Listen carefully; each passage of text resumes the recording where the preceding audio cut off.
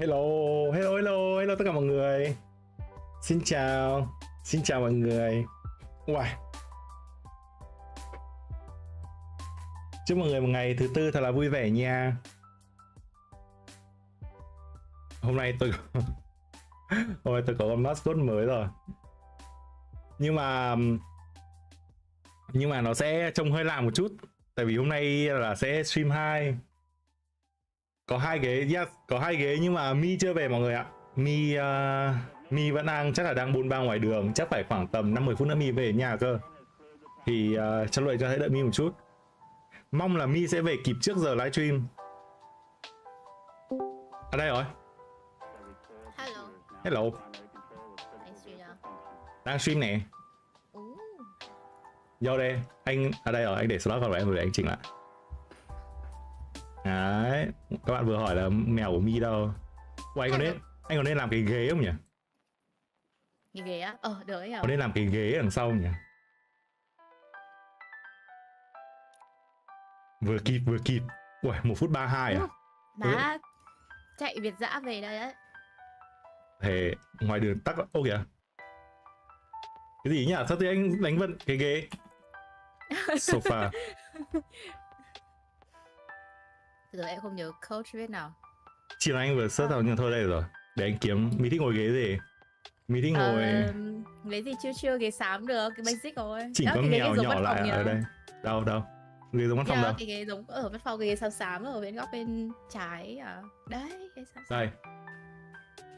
Đây à? What? No, dưới à? Ở dưới mình. Dưới. Cũng được.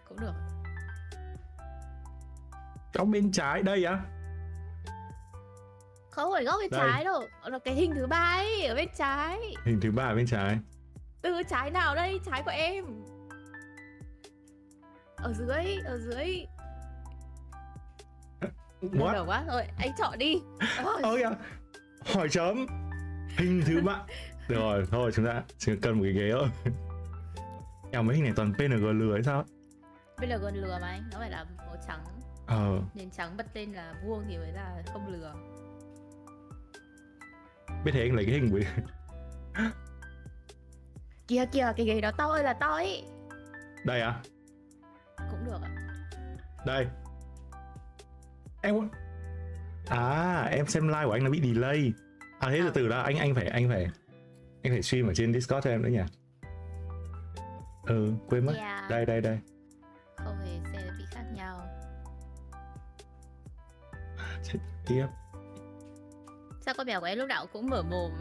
Sao nó vui vẻ vậy?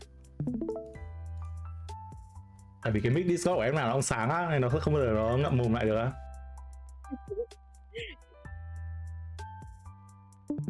Đấy, bảo sao em bị xem muộn, em bị xem delay, bảo sao nó...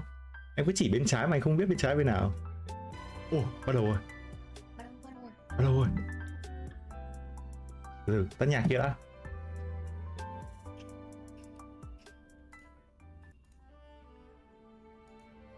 Vào công cụ cho như này nữa.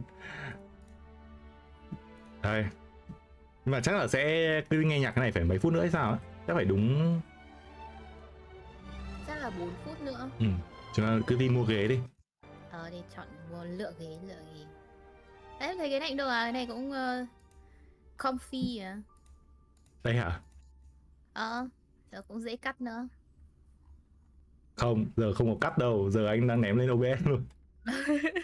Thế thì cái này là lừa đấy. Cái này lừa. Đây, cái này không lừa. Cái này hơi xấu nhưng thôi, ít ra không lừa. Uầy, cái này đúng kiểu lừa từ trong sim ra. Webby. Đổi tí. Uầy, sao kiếm cái ghế khó nhỉ? PNG. Rồi, PNG.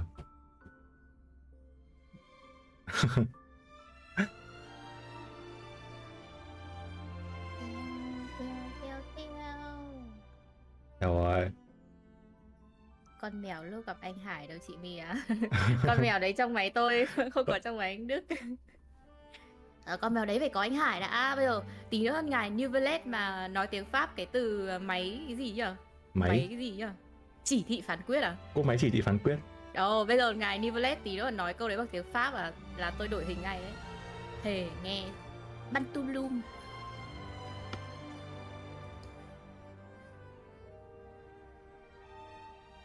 Anh ơi, Wanderer xài được trấn của New Village không kìa? Có, Wonder xài được.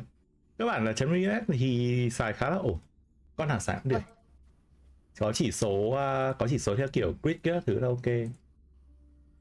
Cái ghế tôi vừa mua rồi. Rồi mọi người.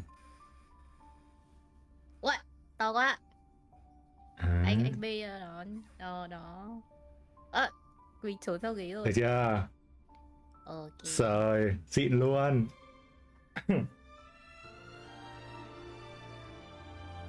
Sao mic của em nhạy nhỉ? Từ em chỉnh độ nhạy. Không cốt là bánh sao? Thế có cốt tôi sẽ chat vào nhà. Live 4.2 Genshin bùng nổ quá, quên luôn live 2R. Nó live bị sát nhau quá, thế nên là bình thường họ cũng phải kiểu tách nhau ra, nhưng mà đợt này là kiểu bị đen. Mua ghế có anh Hải là chị My dính vô ghế. Ủa, My có làm quả gối bông anh Hải không? Gối bông em mới mua đo anh Nivelet, quên anh Riley rồi. Ăn 2 thâm body pillow đúng không? Chết, thế thì lại vã quá, không được, nghe đánh giá đấy. Nhưng mà bây giờ hơi khó kiếm này PNG. Ui, sớt ra mấy cái ở trông nhiều. Ghép anh Hải vô đi anh á. Thôi đừng. Tôi ngại lắm, không phải đâu. Bây giờ cho em ngồi ở giữa, xong rồi đằng sau là anh Nivelet, anh Hải, anh Long, anh Riley. Ủa sao? Đúng cái meme luôn. Cái gì? Không có gì. Eo, Mi bậy đấy. Bậy gì? Anh biết Mi nào bậy? Em rất là bậy nhé. Em không bậy em. Nhét chồng chị Mi bảo thôi, ngại đấy, chồng tôi ngồi đây nói năng gì nữa. Thế anh biết tin mai có stream của 3Z chưa? Tôi chưa. Mai có stream của 3Z cả. 3Z cơ á? Ủa thế lại phải Mai có stream 3Z, xem tiếp. Sao? Tiếp. Chắc có nhỉ, Z. Tôi thấy thông báo gì đâu nhỉ? Sao mic của em nó cứ sáng ấy, là sao để giảm độ nhạy cả? Anh nghĩ là nó bị nhiễm điện hay gì đấy, tại vì nó sáng như anh không nghe gì cả.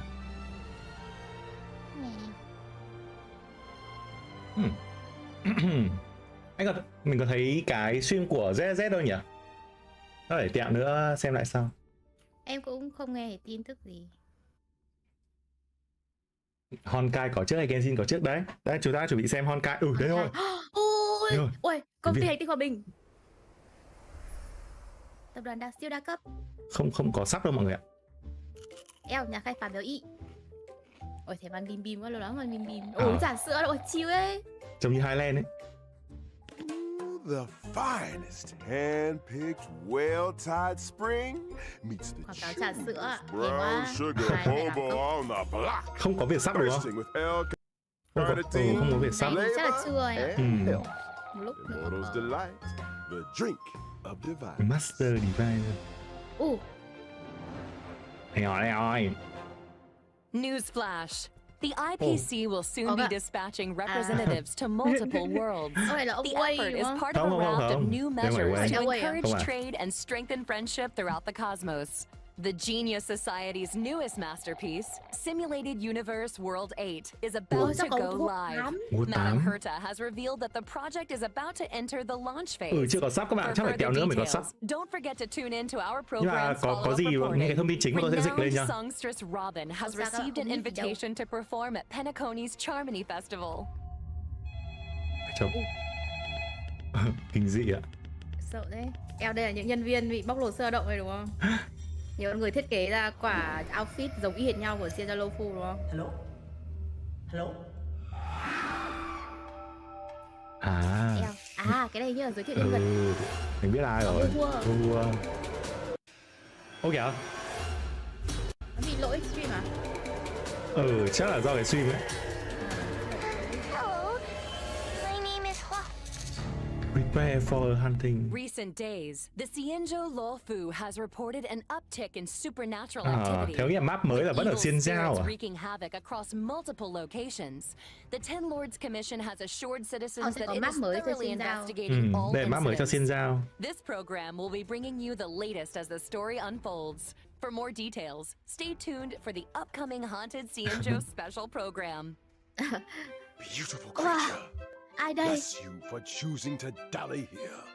Allow me to ask you. Vai trưởng đây là art style của cái này là art style của art style của thủy thủ mặt trăng à? À không phải. À không phải hiệp sĩ da vàng, cái này là của bộ mặt nạ thủy tinh. Thế bộ đấy không xem rồi. Nhưng mà kiểu art style ngày xưa.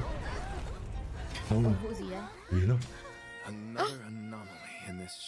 Nam phụ ngôn tình. Ông ấy nhìn thấy, ông ấy có thể nhìn thấy cái bà kia. Ông ấy cũng đúng không? Đúng, ông ấy nhìn thấy bà Hương. Cậu một chồng chị Mía không? Tôi không phải nam phụ, tôi phải nam chính. Wow. Cái gì ấy? Hình như mình vừa bị chui vào trong một con Leviathan thì phải.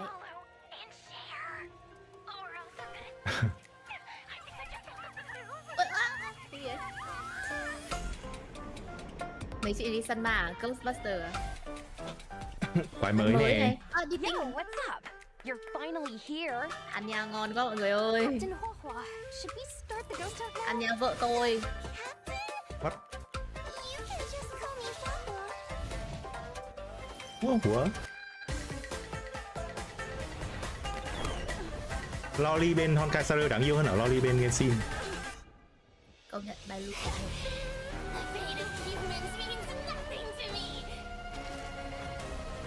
có vẻ có boss mới.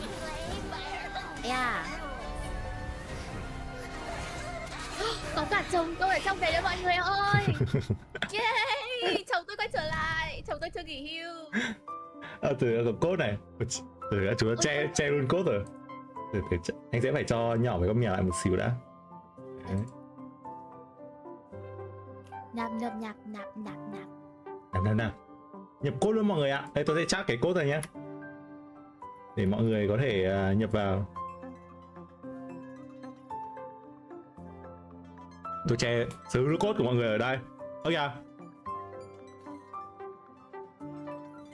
Làm sao nhỉ? Hay chúng ta ngồi sang bên kia nhỉ? Chúng ta nên ngồi đâu để không che cốt ở các bạn hả Mi? Mi đâu rồi? Nhưng mà nếu mà ngồi bên kia sẽ che mất chibi. Ngồi bên kia che mất chibi, ngồi bên này che cốt. Để em chat code rồi, có khi tí nữa thì đây có code thì em sẽ chat lên. Có code thì anh sẽ để như thế này để các bạn có thể nhìn thấy code để lưu. Xong rồi em vừa chat code lên rồi. Darkness falls across the delve as ghost fires dance. The clock strikes 12. Well, whether or not. Eo ơi, có phải là Albert này càng béo mọi người? Tôi nhớ là mấy stream đầu trông thon gọn lắm à. Đâu, con cú này luôn thế mà. Welcome to the Interastral Peace Media's Haunted Xianzhou special program. Nhưng cái mũ trông khác thì phải.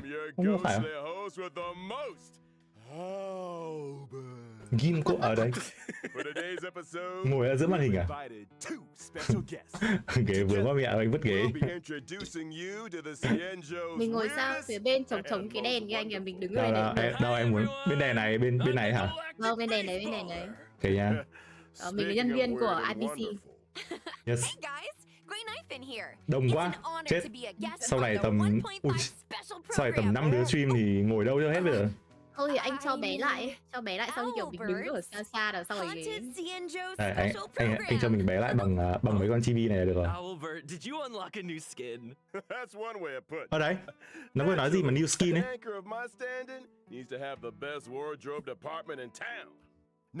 As our audience will be well aware, Xianzhou is constantly roaming the universe, and the universe is filled with the unknown. Ủa nhưng mà cái đoạn mà cái đoạn mà Argentina lên tàu kia mới làm anh tò mò quá. Em thế, trông về cốt truyện. Đoạn hua hua này anh nghĩ nó chỉ là even hay cái thứ gì đấy thôi, nhưng cái đoạn Argentina kia nó sẽ là quan trọng. Có lẽ liên quan đến cốt truyện, ra thêm một chút cốt truyện chính. I thought Vixtrel Garden was just some old abandoned place on the Luofu. Why is it suddenly getting so much attention? Allow me to explain. A while back, the Artisanship Commission's creation furnace was shattered, and the Heliobi trapped inside were able to escape. Know where they went to hide? Sự kiện này là Tuế Vương trốn được ra khỏi lò lửa. Em mới đây phải đi phỏng vấn lại à? People say Vâng, that sẽ the phải đi tập huấn lại. Heliobi are the result of accumulated grievances. They can possess people, deceive the senses, affect the soul, and usurp the flesh. Ủa mà Technically Exhibit pha tu bizarre pha behavior and technically ma restless chơi. thoughts. có bạn bảo là ủa chị My ngoài đời body anh Đức là giống An Hai Thâm không? Bảo tôi ước bạn ạ. Tôi ước bằng được một góc của An Hai Thâm. Anh Đức body pha tui băng. Ê, thế cũng kiểu hơi bị xúc phạm ấy, nhưng mà Không đến mức vậy đâu. lát mình có làm luôn cái Honkai Phách 3 không nhỉ? Cái này để tớ xem đã. Honkai Phách 3 thì có lẽ phải xem đã. Ủa kia có Suzy à đúng không? Banner này chưa có Suzy. Không, ở trong cái hình đúng ấy, đằng xa xa là có Suzy. Vâng, có. Bên này có Suzy. Bản này cốt truyện anh nghĩ là Suzy sẽ xuất hiện thêm nhiều hơn ấy, để kiểu bản sau ra nhân vật đấy, ra banner nhân vật đấy. It's creepy enough in the day. But when the sun goes down, things get a whole lot creepier.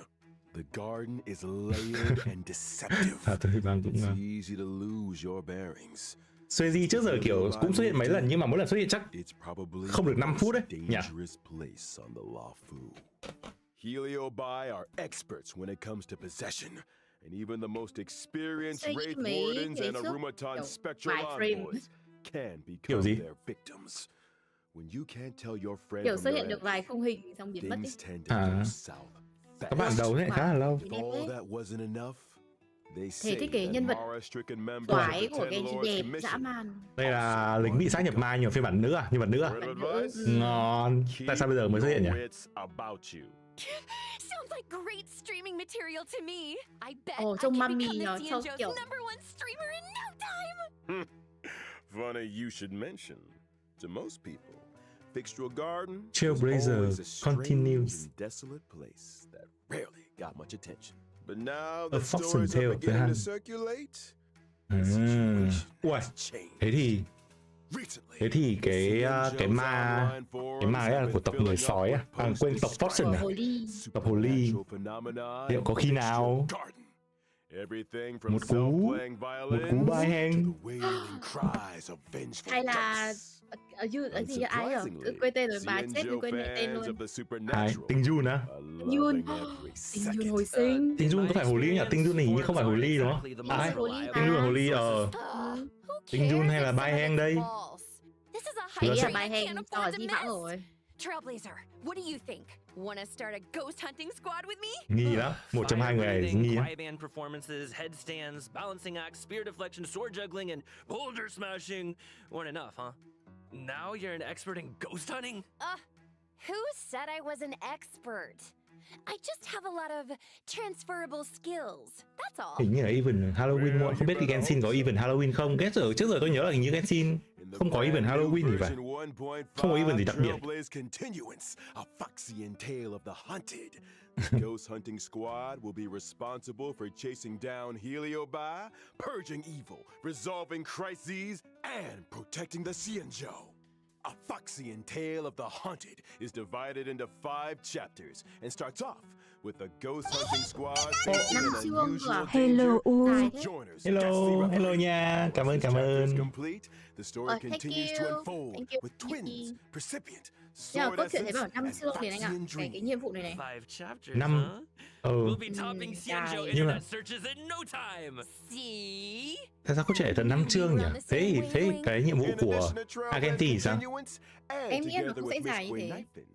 Cái này nó sẽ kéo dài cả nửa phiên bản rồi, có dài mức đấy không? Chắc không. Anh thì còn đang nghĩ là cái nhiệm vụ này sẽ kiểu ngắn thôi, nó chỉ nhẹ nhàng thôi.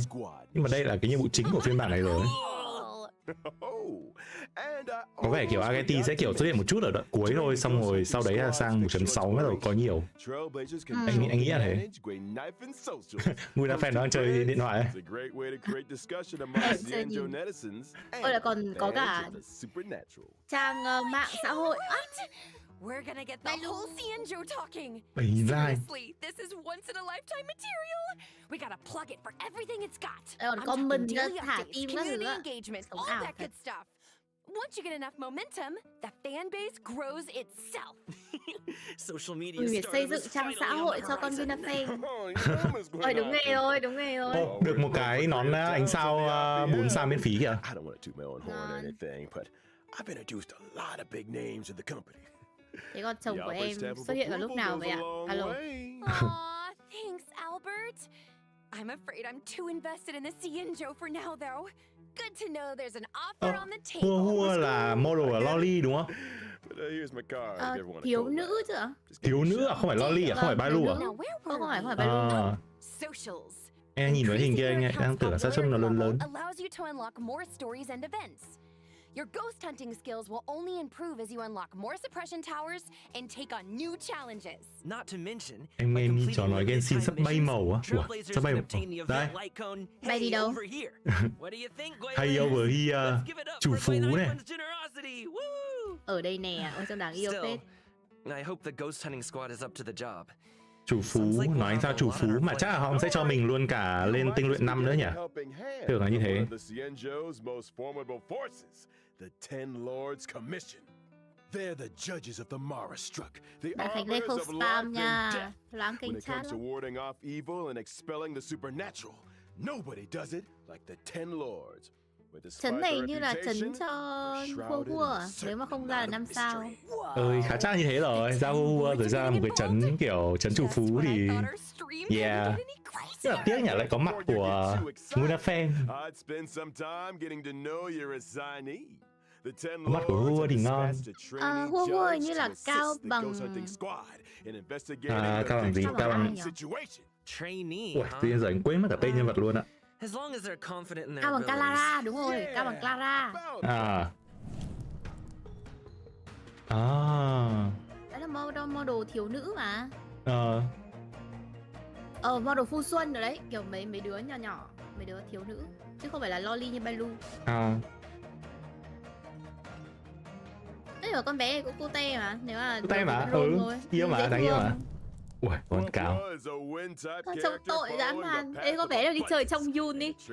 Một đứa hút quỷ, một đứa... Trong Yun bên Genshin á? Vâng, một đứa hút quỷ, một đứa đuổi quỷ. Hợp luôn. Perfect combination. What are you two whispering about? Nothing. Just beginning to doubt her credentials. How did this little girl anh với em che luôn cả. Lại chuyển chỗ em nhé.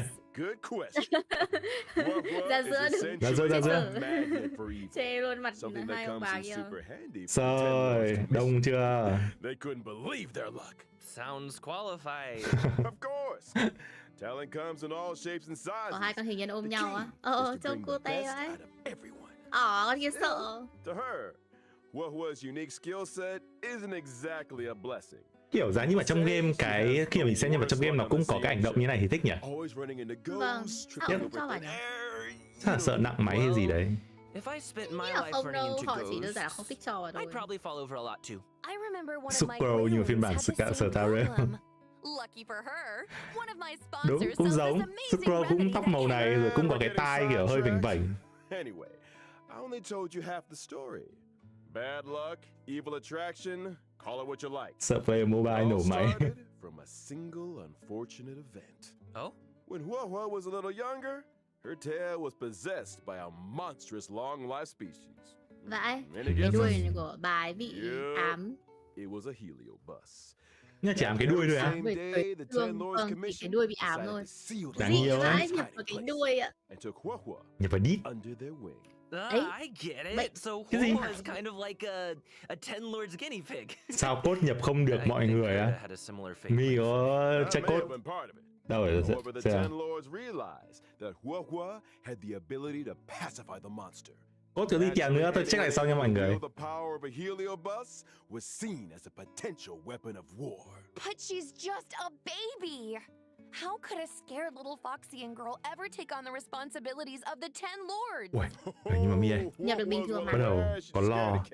Ai là đứa đã nhập vào cái đuôi của Hua? Là ai? Em biết là sẽ ở trong cốt truyện của nhân vật cả thôi. Đúng rồi. Liệu có phải là một người quen của chúng ta hay không? I'd have joined the Stellar Biết Hunters đâu, already. liệu có phải là người bắt đầu bằng chữ bai và kết thúc bằng chữ hen?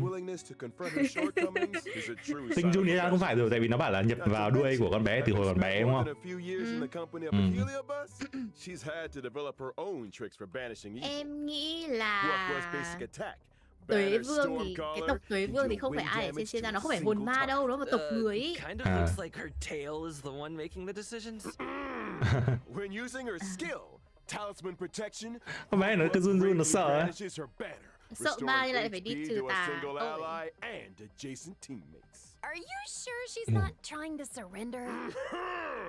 What was ultimate? Tail spiritual domination can regenerate allies' energy and increase their attack. Đẹp thế.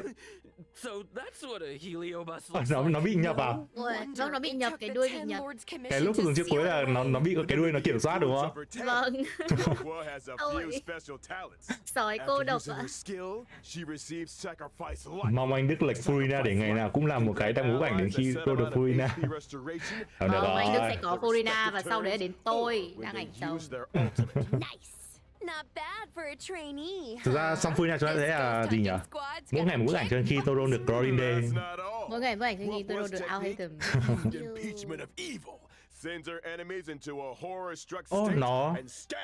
Nó dọa được. Nó fear con quái. Giảm tấn công. Nice moves, Huohuo.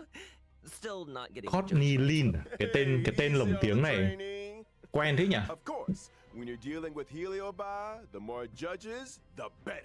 Courtney Lin và Adam Michael Gold, thế là cái đuôi nó nói được. Cái đuôi cũng nói, cái đuôi cũng có voi.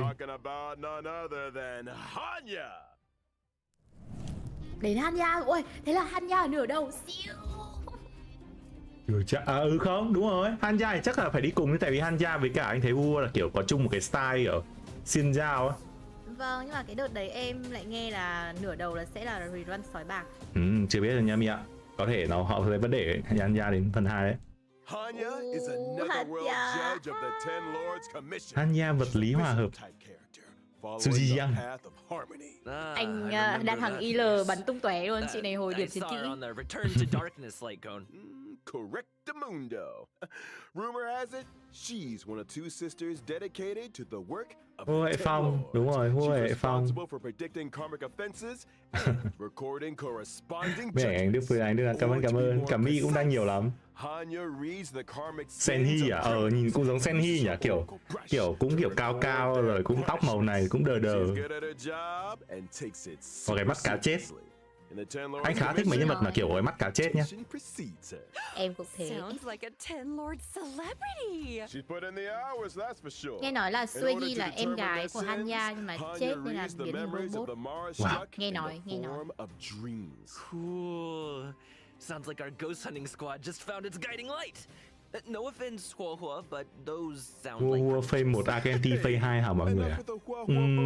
Tôi cũng đoán như thế, nhưng mà đây, chàng nữa sẽ biết ngay đây thôi, chuẩn bị rồi. During her basic attack, Hanya uses her oracle brush to assault the enemy, dealing physical damage to a single target. She really lives by the pen is mightier than the sword. Để xem chiêu như nào. Anh chưa xem chiêu luôn, thật. In addition to dealing physical damage to a single target, Hanya's skill, Samsara Lot, can inflict them with a burden state. Ooh, is that Hanya's way of marking enemies prior to sentencing? Đánh dấu mà mình đánh vào, đấy là hồi chiến kỹ. Tạo em cái map. Ăn hàng bắn tung lum. And if that wasn't enough, after an ally launches a set amount of attacks on an enemy marked with burden, they recover a skill point. When the going gets tough, Hanya's got your buff. Hanya's ultimate, Ten Lord's decree. Đúng kiểu Như nó tự đặt ra vấn đề ấy, rồi nó tự tạo ra một con tướng để giải quyết cái vấn đề đấy ấy. Rồi tất cả chúng ta sẽ đều phải roll đấy. Họ nghĩ cả rồi. Chưa xem ulti làm gì. Chưa. Chưa ulti rồi. Quá rồi. Thêm mấy mới kìa. Thêm bọn này bọn gì nhỉ? Gì À, ảnh à? anh cứ toàn gọi là boss thế giới là nhanh ấy. Quen bên Genshin gọi bọn này là bọn ngũ boss. Di vật mới à? Di vật mới. Có di vật nào cho chồng tôi không? Cứu chồng tôi với. Bộ lửa kia là Agenti à? Nhưng mà cái hộp nó nhìn lạ nhỉ? Prisoner in the Deep. Nhưng mà không cho mình xem chi tiết hai bộ. Tạo vấn đề rồi bán giải pháp đúng tư bản. Nghe như Apple ấy. Anh ơi, mình lại che mặt hai ông bà ấy rồi. Trời ơi, tại sao nó cứ đổi cho liên tục vậy? Mình chạy ra góc này anh ơi. You know, beautiful foxy and spirits knocking on your door at midnight. That kind of thing. I think you're thinking of a different program. Moving swiftly on to some exciting updates. Thanks again for watching y'all and don't go anywhere. We'll be right back after the following Có commercials. cốt tiếp này, có cốt tiếp này. Sẽ có cốt rồi sẽ đổi hẳn cái khung livestream luôn. You there. Sick and tired of the daily grind? Had enough of running errands? Do you long for rapturous applause and cheering voices? How about increased self-confidence and a sense of pride? Bạn kia làm chồng gớm á. Ôi rồi ôi, làm như các ông cứ mỗi game không có 2-3 bảo vợ ơi. Cái này là nó giới thiệu event hay sao? Lại quay lại event này à? Event đánh nhau. Nói chung là anh chơi Genshin nhiều thì mấy cái event kiểu đánh nhau là sẽ quay lại liên tục này. Mỗi lần quay nó lại thay mới một tí. Dạ em không thích cái event này lắm, em thích event Pokemon hơn. Nếu mà đảo lại cũng được. Super League, đúng rồi, event. Được cái gì kia? Cái màu 3 sao là cái gì nhỉ? Em không biết là cái gì luôn. Em đang chưa để ý. Mark có skin mới không? Skin thì chắc là cái skin ở 1.4 rồi, nhưng không biết là bản này họ có bán hay họ có cho mình hay không. Hình nền điện thoại à? Pom pom. Có vẻ mình phải đi chụp ảnh cho mát tẩy. Cho giống. Đáng yêu á. Ôi, đi ta chụp ảnh. Nếu phát là ok anh ơi, anh tạo 100 dáng anh chụp luôn thế này. Wow. 8 này. 8 có gì đây? Thế là sẽ có cục mới đúng không? Có cả cái cục ấy mới à? Vâng, có 2 cục mới. Có 2 cục gì? Quyển sứ tên. Vị diện à? Vị diện à? Đúng không? Gọi là vị diện đúng không? Chắc thế. Không biết chỉ số là gì? Pentagon Land of the Dreams.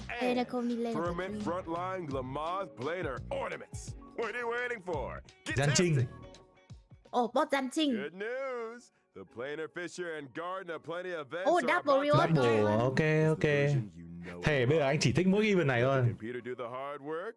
Gian Trinh lại ăn đấm mà chú bé đần này. Lại bị lôi ra làm boss ạ. Khổ thân chú bé đần. Sakaze cảm ơn đã trở thành veteran nha. Thank you.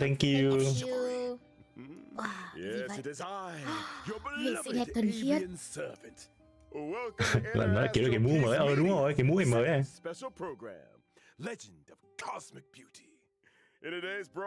Gin code à? Đúng em gọi code 2 chưa? Em gõ rồi mà em không biết thay kiểu gì chơi. Tức là kiểu không biết ấy lại. Nó sẽ không có đâu.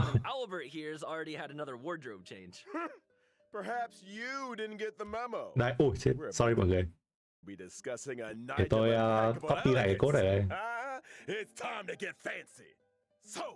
Without further ado, allow me to introduce a member of the Hay là Knights of Beauty.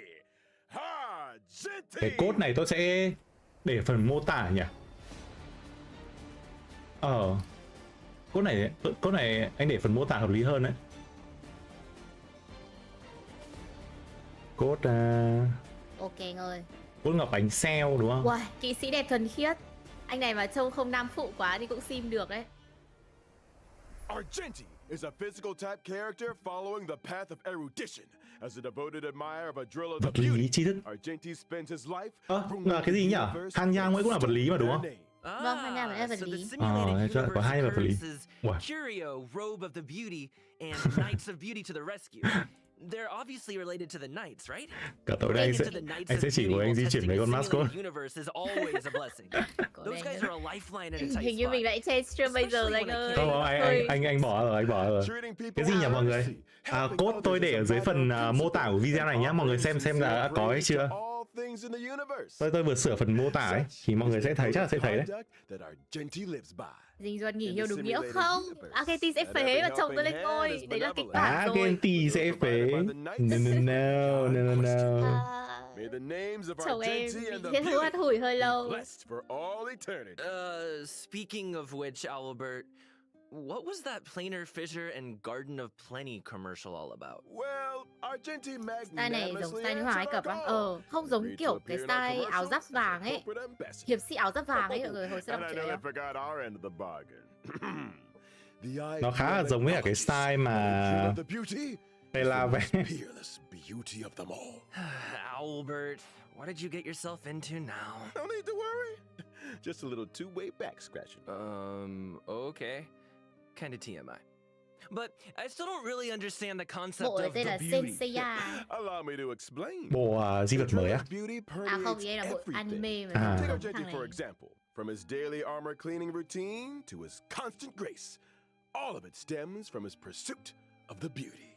Elegance is Argenti's middle name and even manifests itself in his combat. Thanh lịch là tên đệm của anh Agenti. Fleeting fragrance can deal physical damage to a single target.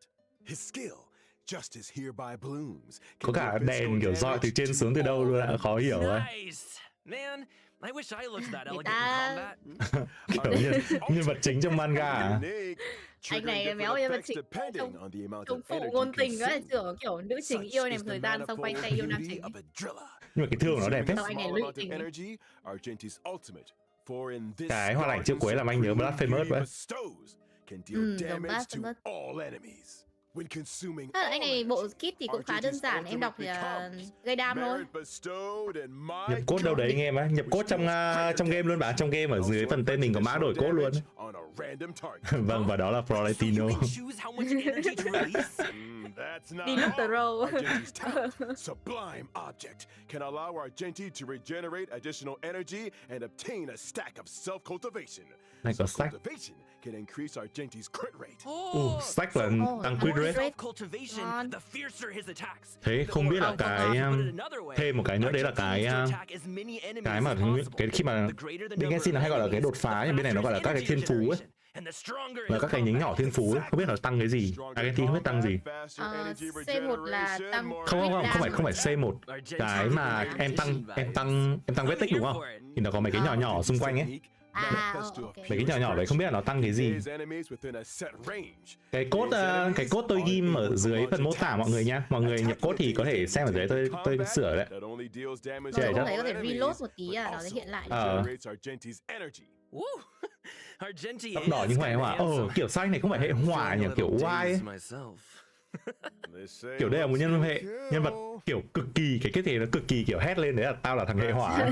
Nhưng mà sân bắn hệ hỏa vừa có ấy rồi. Đấy, thì vấn đề là như thế. Nhưng mà kiểu cho tô pát vật lý cũng chả làm sao ấy. Tô pát vật lý hơn sao, anh này hệ hỏa hơn. Tại vì con Nambi nó có bắn ra lửa đâu. Ui, cái nhiệm vụ lúc ấy mình nhìn thấy trong cutscene lúc ấy hình như chỉ là nhiệm vụ đồng hành thôi mi ạ. Thế á, phải nhiệm vụ đồng hành mà trông Agenti chỉ có nhiệm vụ đồng hành thôi này. Night of Universe Hallucination. Nhưng mà không hiểu sao mi ạ, nhưng mà cái thằng này nó cứ cái ông này cứ cho anh một cái cảm giác gì đấy là kiểu ông này bị ngáo ấy. Đâu, người ta nổi tiếng khắp ngân hà đấy anh, người ta không ngáo đâu. Anh đang nghĩ là cái nhân vật này nó kiểu cực kỳ ngáo ấy, không hiểu sao ấy, kiểu đi lạc lên tàu thôi kiểu ảo tưởng sức mạnh mình kiểu đẹp trai số một vũ trụ các thứ ấy. Kiểu không hiểu. Anh thấy đấy cũng khá buồn cười ấy. Không biết được. Không biết liệu bị ngáo hay không? Tự luyến à? Cũng là một kiểu tự luyến á. Nhưng mà tôi đang nghĩ nghiêng về kiểu ngáo đét nhiều hơn đấy. Kazuha first time. Kazuha đúng kiểu trông chả giống hệ phong tí nào. Anyway, Argenti only challenges those who he deeply respects. Đấy, có bạn bảo đúng, nhìn mấy ông cầm tay hay cầm bông hồng là hay kiểu bị như thế lắm. Ok, sao? Anyway, with the Drilla's blessing, let's move straight on to the version 1.5 warp events. Event. Finally! First off, Đây. during the first phase of version 1.5, when the Ôi đấy, Hanya Phase 2 mi à. Này, Ui nhưng mà Hanya mấy Phase đây. 2 à? 1, 2, 3, 4, 5, 6 banner. Nhiều banner thế. Yes, my favorite Từ từ sẽ có skinny 2 kid. banner. Rerun rồi, rerun rồi, rerun rồi. second phase of version 1.5, Rerun. Hanya banner 2 thật. welcoming two character event warps in Thorns of Scented Chúng Crown. nó biết. Hanya Vốn, Phase chúng nó 2. biết đấy. Thấy chưa, thấy chưa. Thế là có 2 người rerun đó. Holy Không không, bài kia nghĩa là 2 vũ khí mới. Ô, siêu. Ok, cũng vẫn hợp lý thôi. Ừ. Lâu cha. Không, ba lại là bài vũ khí. Rerun dinh xuân. Nope. Long time no see, Silverwolf. Rerun dinh. I wonder if her game accounts are doing any better. Ui, có cả Lin kìa. Ui, cái banner của Argenti 4 sao ngon vãi chưởng ấy. 3 nhân vật 4 sao đều siêu ngon ấy. Ba chấn mà. Chắc chắn là 3 chấn à. Thể bên Honkai sao họ tách cái chấn ra thành banner riêng ấy, kiểu tốt vậy. Chấn. Ui, cái banner anti 4 sao siêu ngon nha. Có vẻ là sẽ update thêm tính năng. Every character will have brand new voice lines. This is a different kind of arena. À. Có thêm voice line mới khi mà ở trong cái giao diện menu này. Sẽ có voice đột phá. Kiểu thêm tính năng mà không ai ask. Who asked?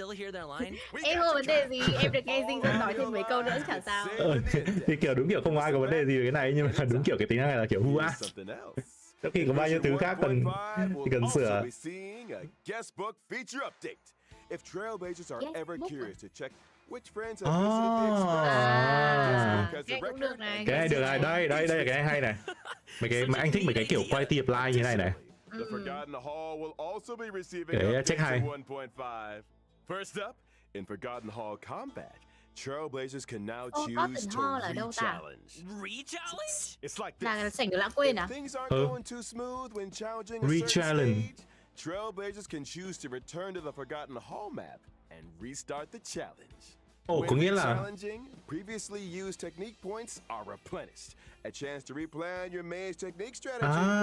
Mình có thể đi lại được cái sảnh. I forgot to mention, stopping and restarting a challenge in the second half of a stage. Chứ mình không phải đi ra vào lại từ đầu nữa ấy. That is a relief. Nó cũng giống như là cái la hoạt bên kia là mình có thể đi lại được thôi. Regardless of whether you met with victory or defeat, your previous lineup will be waiting for you on the preparation screen. Với cả nó sẽ lưu lại cho mình cái line up mà mình đã đi rồi. Ok, nói chung là mấy cái nhỏ nhỏ. Trông này quá đà thật sự luôn đấy. Em đấy, buổi sáng tốt lành ấy, đúng kiểu ui, ông này đi với cả gì nhỉ? Bonya, một cặp đấy. Cốt cuối cùng rồi. 7 giờ 5 rồi đấy. Tôi nghĩ là sau cái này là kết thúc luôn rồi. Anh khá chắc là sau cái này sẽ kết thúc luôn cái livestream thôi. Để sang 7. Tôi thấy công bố của 4.2 à, livestream 4.2 ấy. 4.2 livestream trên Twitch. Ok. 8 giờ. Có được xem không? Có chứ. Sao không được xem? Ý là mình có được livestream để xem không ấy. Có, bình thường mà. Anh vẫn xem suốt. 9. Đây, anh đang gõ vào cái sinh sở miệng. Ok, em đang search tweet. 1 phút nữa cơ.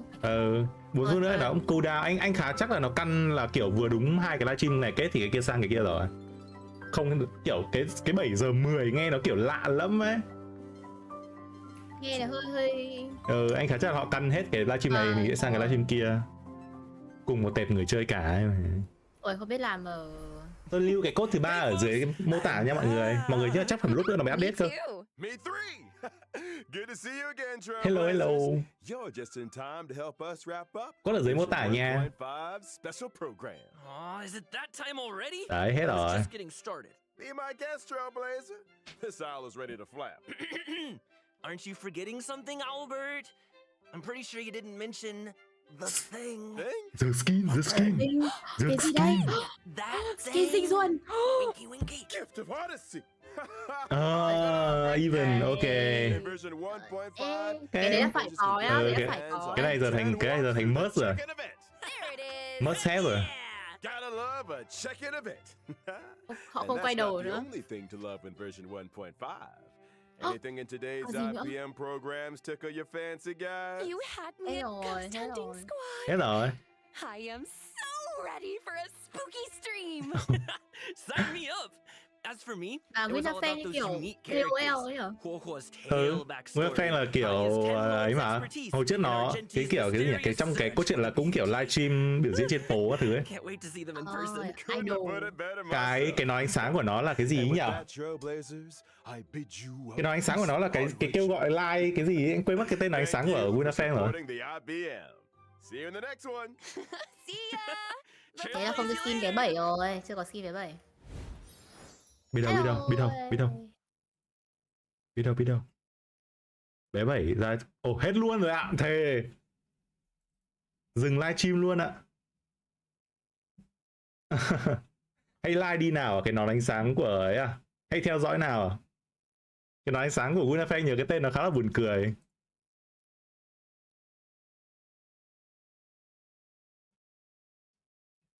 Uầy, thế tổng kết lại chúng ta có cái gì nhỉ? Chúng ta có map mới này. Map mới ở Xiên Giao. 3 nhân vật mới luôn, tính thêm một 4 sao nữa. Gấp x2 vị diện với cả đài hoa nhân tạo vàng. Thế even rồi. 2 nón ánh sáng mới. Ui, thế nhưng mà thể cái banner trong lúc đang đợi chờ có quay lại xem lại không nhỉ? Xem lại. Cái banner nhân vật của Argentina ngon vãi. Ngon nhờ. Có cả Linh cả Hanya. Em đã định build Linh để thêm đội nữa. Đâu nhỉ? Mấy ông League 1.5 và tặng skin bé 7. Ôi, mấy ông League 1.4 thì các thứ 1.5 thì cũng đã thấy đâu. Banner đâu ta, Hanya này.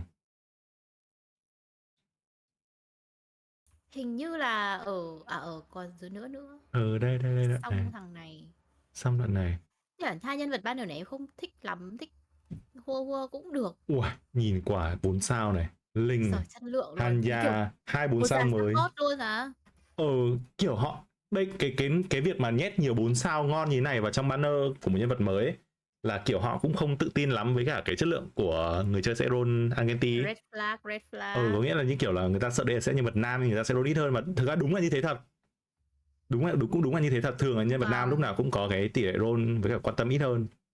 Nên là kiểu nhét thêm 3 support kiểu siêu ngon xuống dưới này. Bên kia như còn 1 phút anh ơi. Bên kia anh đang xem, anh check ở cái màn hình bên cạnh rồi, không sao. Xin có phát là anh tắt sang đây. Mình check lại cái này một tí thôi. Từ đã, có cái video giới thiệu phiên bản 1.5 chưa ấy nhỉ? Đây. Có tiếng Việt luôn.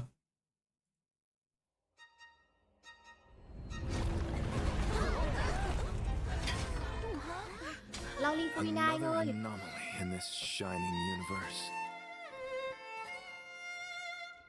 Ông ấy tán cái bà đấy. Anh Đức. Ơi. Loli Furina rồi, cái này là xem sau. Ở đâu? Thế à? Đâu. Nhanh, Furina đang nói kìa. Đang nói. Đang nói rồi, đang diễn kịch ở trên sân khấu này. Even the strongest of wills. I will now speak to the defendant. If you honor the values of truth, justice, and divinity, then you are compelled to provide an accurate account of your actions. Manipulate đâu? Hey, that's not bad. Now what's next? Funet đang ở góc trên của cái chỗ này. Nếu đây là cái sân khấu. What should I say during the trial tomorrow? Lady Felina, what are you doing? Nervilette! As the god of justice, it is only expected that I should remain informed of every trial and make the necessary preparations. Is there something that you needed? If you wish to seek an audience with me, then please make an appointment with Sir and $10 Không phải sợ đâu mà kiểu Fuina đang làm mấy trò ngớ ngẩn ấy, sợ bị Fuinet bắt được ấy, hay là lại phải kiểu According to the judgment of the Oratrice Mechanique d'Analyse Ordinaire, Đây, chính từ đấy, chính nó. to be Ôi, punished Fuina khóc by ạ. the death sentence. Ai death sentence? ở chung chung. Lại một cái cây mới. You and I both know that there may be issues with the primordial. Nước biển khởi nguyên. Everyone on the street who happened to be close to the water didn't have a chance to escape. As the water levels rose, they suddenly disappeared. Fuina. Shouldn't gods be all powerful? What's done is done. Just trust in me. You're our god. Never mind whether you can truly convince yourself to or not. Bắt đầu ấy. And let's solo play too. Hey, how em có thể làm sao em có thể kiểu giữ bình tĩnh khi em nhìn. Ê, đừng hỏi em với ngài Riley về Newblade. Anh vừa nhìn thấy rồi, anh vừa nhìn thấy cái vision. Đó, trên hông. Em thấy rồi, trà lốp. Có bé cũng cute. Băng pháp khí. Chụp ảnh à. I know you're not a local, but I'd avoid getting too close to any water that looks strange on the sand. Navia quay trở lại. There's something ominous. Ôi, không bắt kịp rồi, thôi rơi vào nước biển khởi nguyên rồi, xong tạm biệt. Oh no, bị grounded rồi. The prophecy. Yes. What has been prophesied will be fulfilled. I, Marina, will use the trial to show the world the true. Đây là phải là boss rồi. Đây là boss. Nước biển khởi nguyên à? Superficial as you have presented yourself to be. No more excuses. Why should we acknowledge it? Nazizenku. Applaud and rejoice. We're just a moment. This isn't right. The trial of the Ôi rơi cả cái đồng hồ luôn ạ. Shit. Will now This trial is... I now understand the true purpose behind this position. Trời ơi, anh cứu anh Riley của tôi với. Cá voi. Con cá voi ở trong nhà thác. Chi giấy. Chi giấy. What should I do? Anh khóc đấy. Anh nổi hả ra gà. The prophecy that you've been fretting over should now be in full swing. Wow, boss đẹp. Wow, who's that? Ai đấy? I suppose this would also be the justice that belongs to Không tua, tẹo tem lại sao? will eventually end in a magnificent and dramatic trial. Ngập này, thế là không cứu được à? Nervalet. I hope you've enjoyed the part you played these 500 Ôi, Fuina years. nhảy. Đặc biệt Newblade à? Ủa, ai đi đâu ấy? Sư phụ. Hay là anh Newblade đi đâu? Sư phụ của Chi Ré à? Sư phụ của Chi Ré à? Nghe lại nhỉ? Cốt kìa. Ôi, nhiều thứ. Tràn ngập cốt luôn. Rồi, đây tôi lại chỉnh sửa cái này. Ôi, nhớ cái trả lời hay quá. Oh my god. Em muốn chơi cốt truyện ngay bây giờ. Em đến đâu rồi? Em đến chương 3 màn 3. Em sắp xong rồi. Nếu mà theo tiến độ này chắc tối này là xong.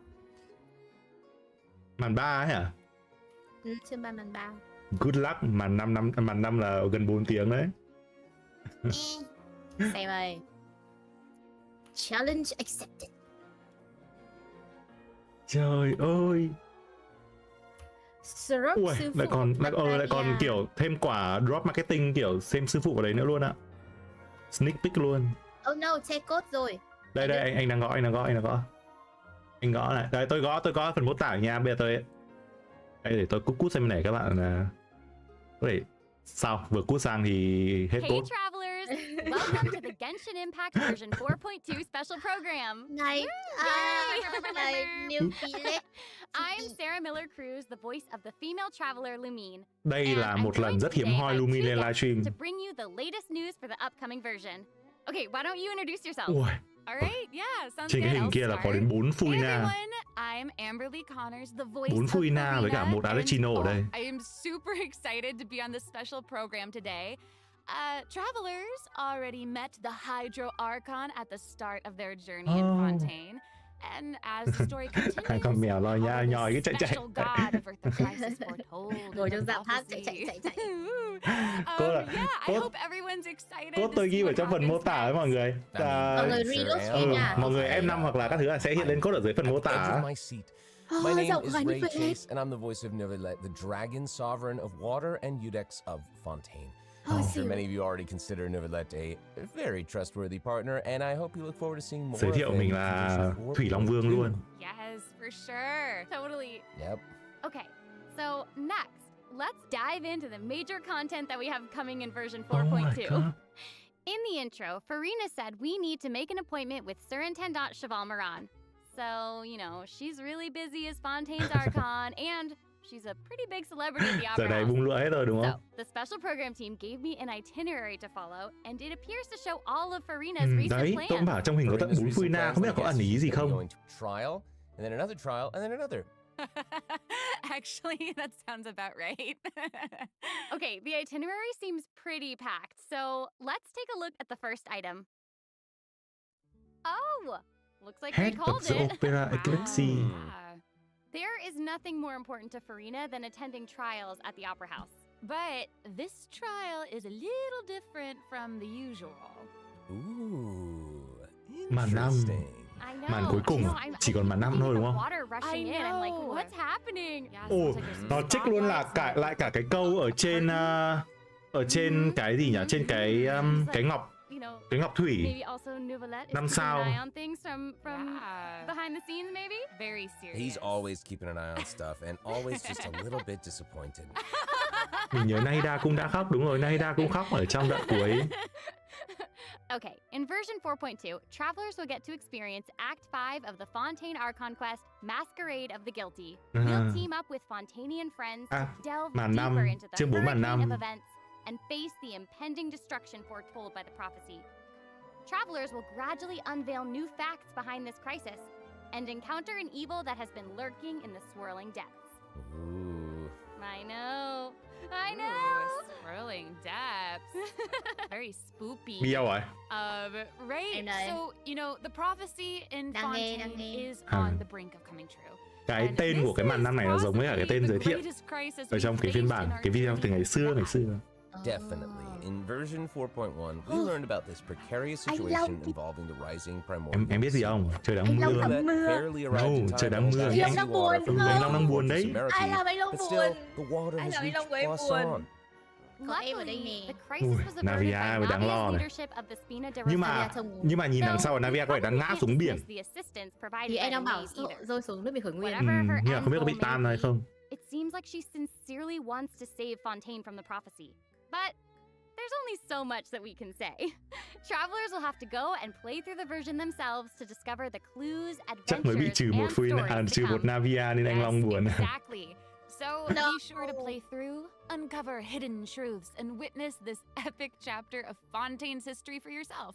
When Act 5 of the Archon quest không, nhưng mà chắc gì Navia bị tan ra đúng không? Tại vì chúng ta không hề biết mẹ của Navia là ai. Nên là biết đâu Navia không phải người Fontaine gốc thì sao? Yeah. We searched all over the fortress for him. Yep. I guess we'll just have to live with the suspense for a little longer. Not ideal, but it's fine. Is what it is. Ôi, em chỉ sợ Riley có vấn đề gì thôi anh ơi. Mẹ ông sống ngay trên nước biển khởi nguyên. Đúng rồi, lúc ấy là có một cái câu ấy, chắc em nghe rồi đúng không? Đấy là những người ở gần nước biển nhất là sẽ bị toang đầu tiên ấy. Vâng. Mà ông ấy là người sẽ là người chạy cuối. Nhưng mà anh nghĩ là không sao đâu, tại vì vẫn còn cái thuyền mà. Chắc là không sao đâu. Chắc là không sao. Coi đây còn bơi trong nước biển khởi nguyên được á, nhưng mà đấy chỉ là nước biển khởi nguyên pha loãng thôi. Cả Freminet với cả Corinde đều bơi trong đấy, nhưng mà Freminet thì bị choáng, còn Corinde cũng bị ảnh hưởng một chút, nhưng không sao. Còn nếu mà là nước biển khởi nguyên nguyên chất thì khả năng là cả hai người đều toang rồi. Once again disappointed. No way. Để phát vào đùng cho anh Rai à? Tôi cũng cảm giác thế. Tại vì cơ bản cốt truyện là Rai cũng từng giết người ấy.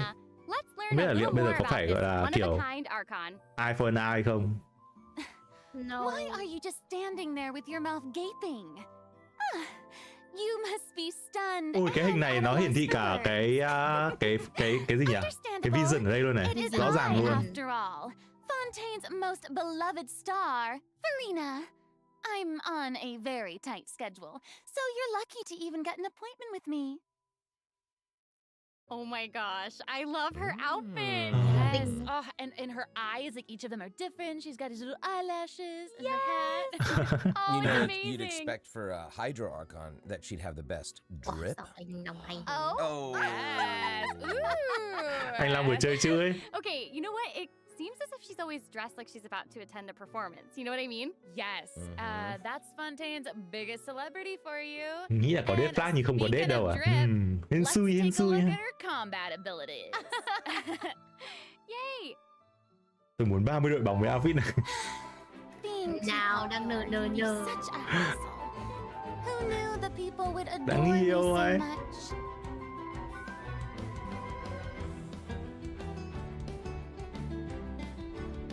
Hey, nhạc combat ở Fontaine rất hay nhá.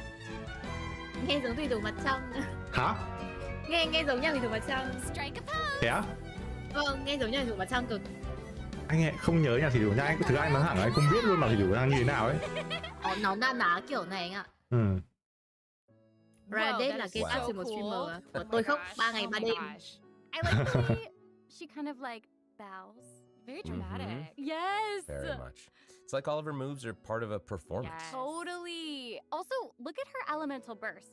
Her presence really fills the stage. Everyone else is just an extra. Wait, so the creatures that Farina summons, they look a lot like the Fontimer aberrants that we've encountered before. There's a seahorse, a crab, an octopus, and they are all so cute. Yep. Oh, I love them. Me too. Có một con octopus bạch tuộc này, seahorse là con cá ngựa với cả một con cua. Cá ngựa đáng yêu ấy. Nhưng mà vấn đề là chúng nó có đội các cái đồ trên người ấy. Nên anh đang có cảm giác kiểu ba con này nó sẽ là ai đó ấy. Ngài anh Long vừa kêu là những vị khách danh dự của Farina. Bang này chắc nó phải rất đặc biệt hơn nhiều mấy con ở biển mà chúng ta vẫn thấy. Bắt được con mèo đen sim Farina, trời. Tôi sim lộ luôn bạn, không phải. Oh my gosh. Yes. Không hề. So you've got the maid, Mademoiselle Craboletta. Đội nón cho nhìn nó quý sức tập. They're the best. The crab, the one that's a crab, I assume. Absolutely. Okay. Yes. And then you've got the housekeeper, Sir Intendant Cheval Moran. Ah, there he is. And the conferencier, Gentilhomme Usher. And that last one is a stickler for propriety. Oh, okay. So when Farina said to make an appointment with cái bạn này đáng yêu ấy. This is who she was referring to? Yes. Oh my god. Mấy người có I tên didn't know it was so cute. Exactly. Farina even makes him spew bubbles in her idol animation. Oh my gosh, that's adorable. Okay, I'm sure everyone is just itching to know more about the skills shown in that clip. So, Amber, why don't you take it away? Tell us everything. Yes, you got it. Yay! So, Farina is a hydro sword user. Okay. Hệ thủy cầm kiếm, chúng ta đến với cái này. She defaults to an Usia Arca alignment in combat. Bọn kia đánh cùng ạ. Her elemental skill invites the 3 members of the Salon sắp DPS hơi đỉnh luôn. Mademoiselle Craboletta, Sir Intendant Cheval. Thôi được rồi, vì ngài Riley sẽ luôn thủy thần. Đúng rồi, em có cả Nubilet, em có cả Riley thì Farina sẽ là kiểu gần như là best support cho hai nhân vật đấy. Cơ chế trừ máu cộng máu khá là hay. Nói chung là anh thấy là nhân vật nào mà cầm cái bộ dùng cái bộ tự săn Machuse thì sẽ đều đi với Farina tốt. Okay, I was listening to all that, but at the very top you said that she usually defaults to an Usia Arca alignment. So she has more than one alignment? Yes, exactly. Farina sẽ có cả hai hệ luôn. Vẫn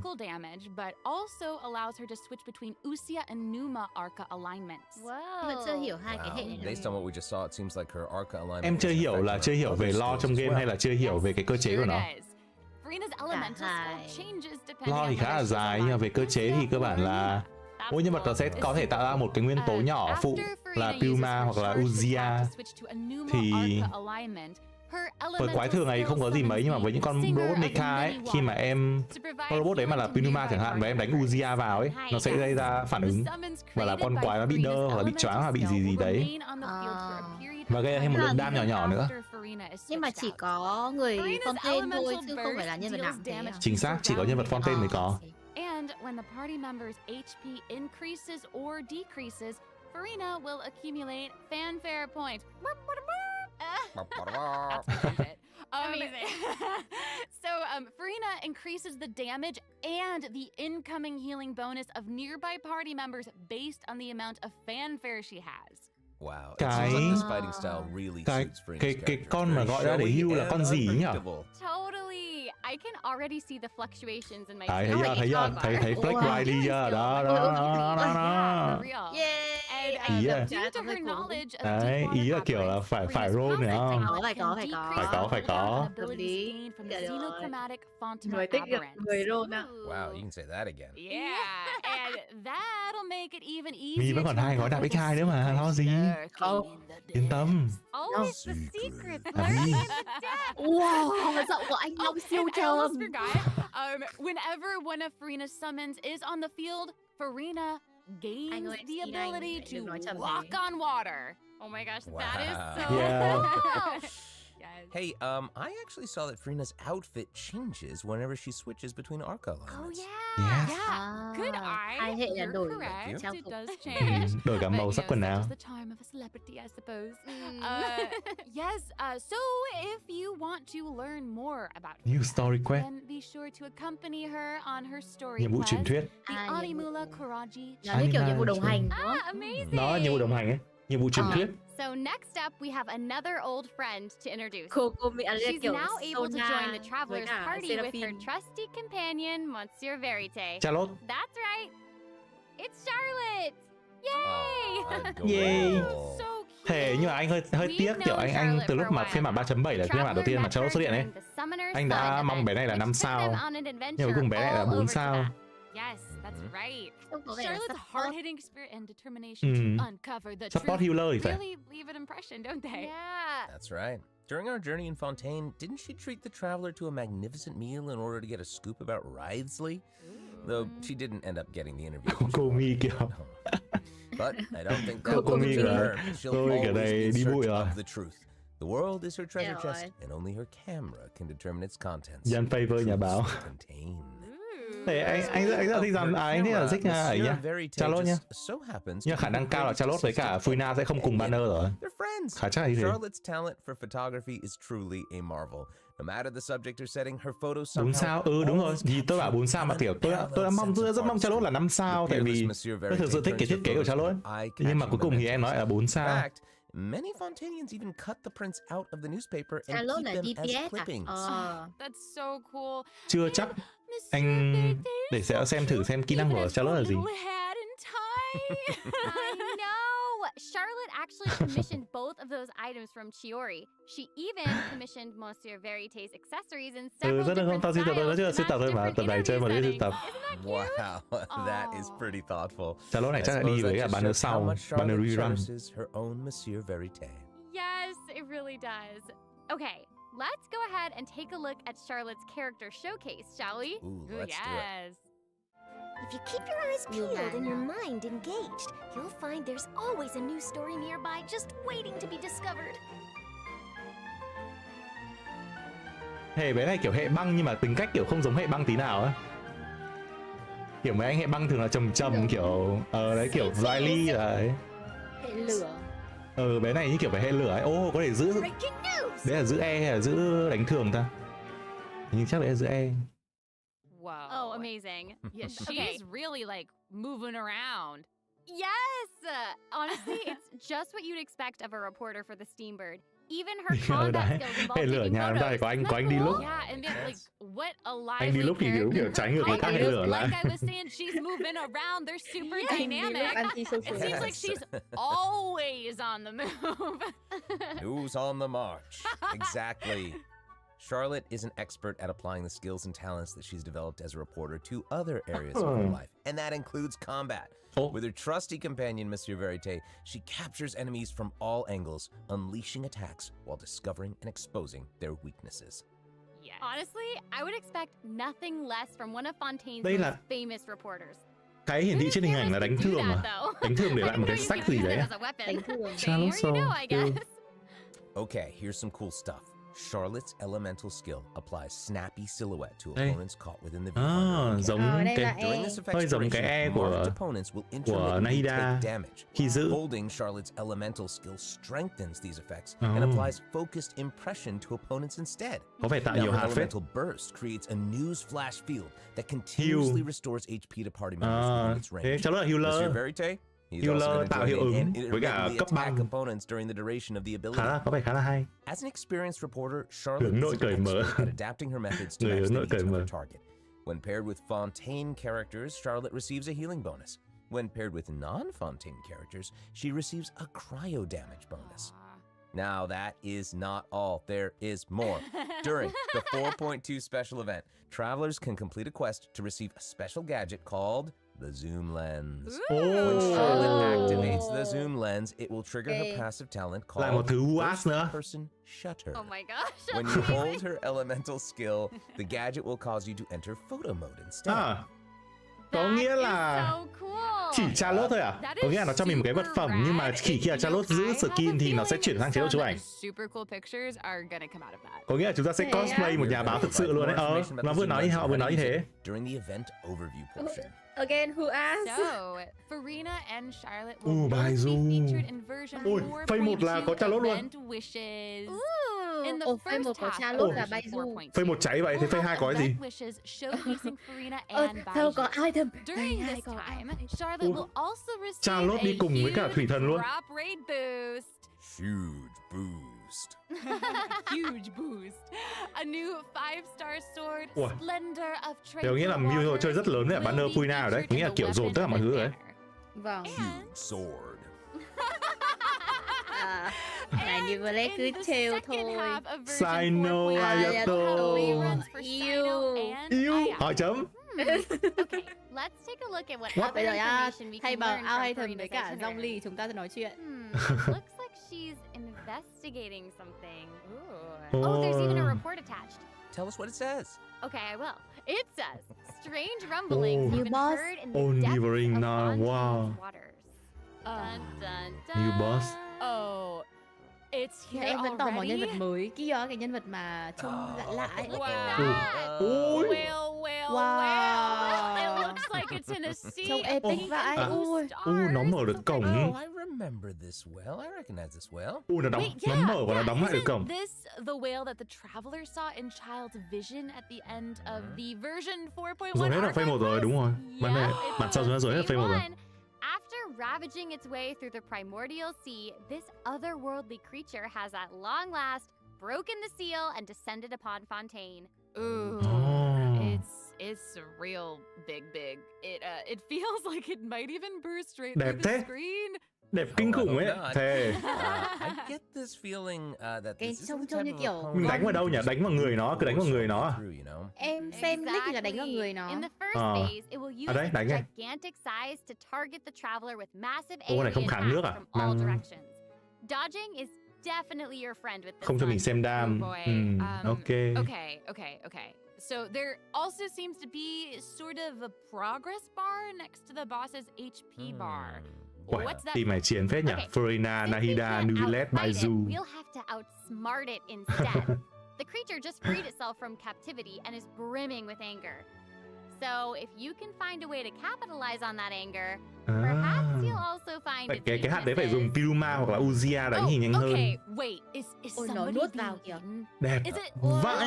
possible to survive something like Ô, that? sao? Ôi chui trong người I nó. guess here it is. Ooh. This is Rồi, an có cả entirely thành tựu different luôn. space it looks like. And Đây phải đánh there's a nhau new với Ô, enemy đánh nhau với cả một with cái a thằng gì ở trong người nó. massive sword. Tên nó là Ondivoing Nasa, lữ khách đến từ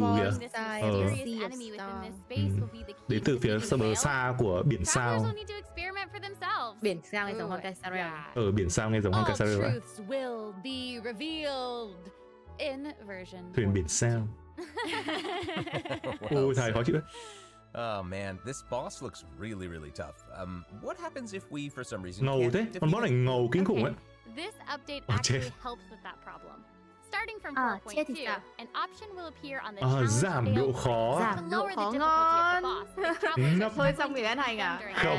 Giảm độ khó nhá. Là một người chơi chat, chúng ta sẽ không bao giờ bấm nút đấy. I love that. Now we don't need to worry about getting stuck while trying to advance the main story. Totally. Kháng nước 70% cơ. That was a lot of information, wasn't it? Thế thì Can we anh take a Nông short little break while we have a look at the second redemption code, maybe? Yeah. Ooh, yeah. Let's do it. Second half. Ok, có code tiếp này. Ui, phase 2. Đây tôi trên này. Phase 2 là Ayato với Sino. Kiểu cả hai nhân vật đấy đều không được đánh giá cao á. Sino thì còn là bị nhiều người còn chê cơ. Còn Ayato thì không phải một nhân vật quá đặc biệt, quá nổi cho lắm. Phase 1 vừa Furina mà có cả Charlotte nữa.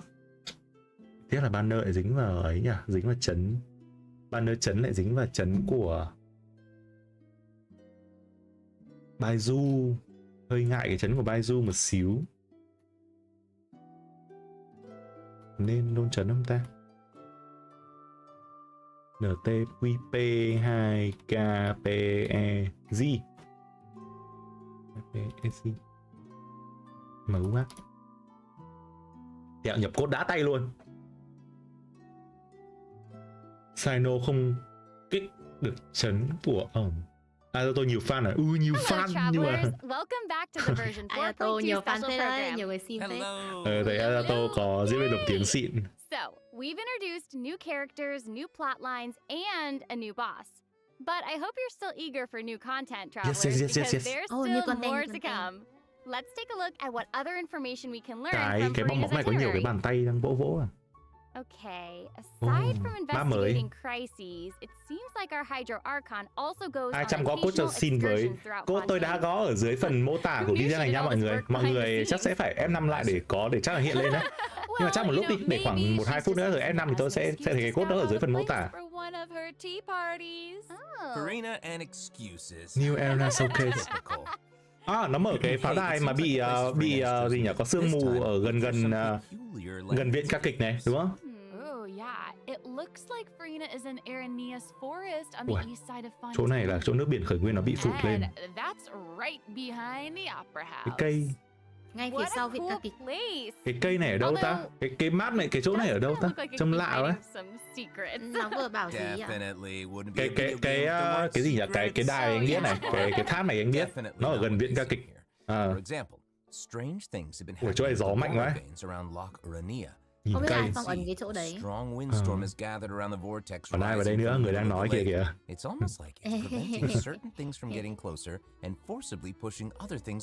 Furina bé tí, đứng ở đây bé tí. Furina đi đâu ấy hả? Chắc là đang tua chúng ta xem. Để ý ấy, kiểu có nhiều pin lắm. It looks cái cây này sẽ làm gì ta? Chưa bao giờ nhìn thấy cây này. Like it's cloudy or something. Do you see that? Nước bẩn. Exactly. It seems like Furina also realized something was off. It looks like she headed underwater to investigate. And what did she find? A number of contaminated bacterial mats. Đấy. Furina nhận thấy có điều gì đó đáng ngờ và đi kiểm tra phát hiện ra một số loài vi sinh vật. Có sinh vật mới để bắn à? Đây là cái như kiểu cơ chế mới luôn rồi. Cơ chế giải đố mới. Đẩy à? In addition, with the help of a special device, travelers will be able to use this creature's abilities on cái the gì ở đây? surface as well. What's this? It may be the key to solving certain puzzles, or perhaps even powering certain objects. Đây là giải đố. Ok. Mấy giải đố. Ở đây cái như kiểu đầy ấy. Be sure to check out the version 4.2 world quest called The Wild Fairy of Araneas. I'll give you a hint. Melazines are involved. Melazines? Really? Liên quan Then it Melazine would certainly be a world quest that là you don't Erinat, want to skip. Erinat các thứ. To the south of Erinat, Anh nghĩ chắc chắn rồi, nó sẽ liên quan đến nốt cái phần cuối cùng. There, a singular tower stands tall above an island in the middle of the sea. Perhaps it's also guarding some unspeakable secrets. Actually, it looks like that's the very next stop on Farina's itinerary, so let's go check it out. Okay, I bet a bunch of travelers noticed this tower since they've arrived in Fontaine. I'm so excited that we finally get to check it out. Yes, same. Yeah, in version 4.2, the sealed ruin tower is the focus of a quest series called Search in the Algae Sea. I know. And Nhưng mà cái điều anh quan ngại đấy là cái map của cái tòa thành như thế nào, tại vì nói thật là anh không thích cái map của cái pháo đài Meropit cho lắm ấy. Cái map đấy khó định vị vậy. Oh, amazing! Nó bị nhiều tầng quá. It would feel great to finally demystify all the secrets churning under the seemingly calm waters. Yes, I want answers. I also we all want answers. I also heard this quest has something to do. Có giải thích tại sao Sigwin có mặt người không à? Chắc là không. Chắc là chúng ta sẽ phải đợi khi nào ra tận là Sigwin thì chúng ta mới biết được. Tại sao là Sigwin lại có mặt người? That is very right. New stories are always unfolding in Fontaine, whether above water or below. And this is not limited to the 2 new regions in this update. The prophesied earthquake woke up new life forms in other places. Destinies intersect. Chắc là farm cho Furina rồi. Có phải bot farm nguyên liệu cho Furina. Destinies in certain underwater Human shape nhá. Hình dạng người nhá. It has greater and more diverse được hình thành powers từ of vô số các hạt nước. So don't let your guard down. Con này trông giống con Pokemon. And some places still giống con Pokemon truyền thuyết. No matter how long they've been abandoned. So in this update, travelers can also look forward to the climax of the adventure quest line that was introduced over the last 2 versions. And there might even be an unexpected surprise waiting at the end. Lại chuẩn bị Big Brain Time rồi. Lại có gì? Nó chính là cái hội nào Zizenku ấy. Nó sẽ là cái đấy. Alright, there's a lot to discover in the new areas of the map. Lại But một cái hầm. Farina's itinerary doesn't stop there. Vâng. Oh wait, it looks like she's arranged to spend some time Explore Fontaine Alley, enjoy the fun with my dear citizen. Personable. Who's to say?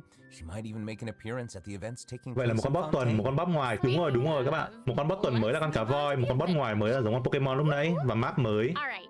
The Fontaine Fishing Association has recently posted a commission to investigate the rumors of water imps near Arrhenius Island. Ủy ban câu cá lại bắt chúng ta làm cái gì đấy? Investigation. I know. Oh, and Fremine seems to be involved. That little clockwork penguin next to him must be one of the other companions. Đây, quên mất anh nhìn mấy không nói à? Chúng ta sẽ được một Freminet miễn phí nha. Actually, its name is Thelxie. The name comes from a Fontainian fairy tale that describes a terrifying creature that lives underwater. Adults would use the story to keep children away from the shore. As the story goes, children who play by the water are food for Thelxie to devour. Even này, even lớn, even này sẽ được một cái vương miện. Vừa được vương miện lại còn vừa được một Freminet miễn phí. It does seem a little unusual for Fremine to give this little penguin a name like that. Cộng một yêu la 4 sao. Some other reason. Wait, hey, does this event also have something to do with this clockwork penguin? Absolutely. In this event, we'll be helping Fremine. Giống con Lapwet Ben 10 màu xanh, đúng tớ đấy, giống con đấy, một con đấy. Con nhảy. Con nhập. Thì chắc là con đấy con nhập. We'll repair the penguin by fixing its circuits and reconnecting the motherboard. Cái tàu ngầm. Đấy, cái tàu ngầm nữa. I love that. As our journey progresses, we'll collect colorful shells, corals, and other items which can be used. Kiểu mấy cái event này bắt đầu kiểu hay hơn. Anh thích mấy cái event kiểu click kiểu này nhé. To the second stage of the event, using an echoing conch to search underwater. I record of this penguin. One recorder. And you know what happens if we run into certain cái này là họ cố tình dùng Furina để che đi cái kỹ năng của nhà khai phá ở đây. Anh không nhìn được cái biểu tượng ở đây là cái gì ấy. Không biết đang dùng cái gì ở đây, cái bắn như này. Click lần trước là con mực đấy à? Mực à? Đấy kỹ năng từ con mực à?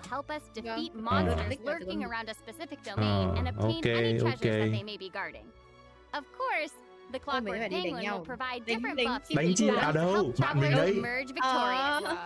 Trời, đáng yêu chưa? Team hủy diệt gì đây, Nahida? Wow,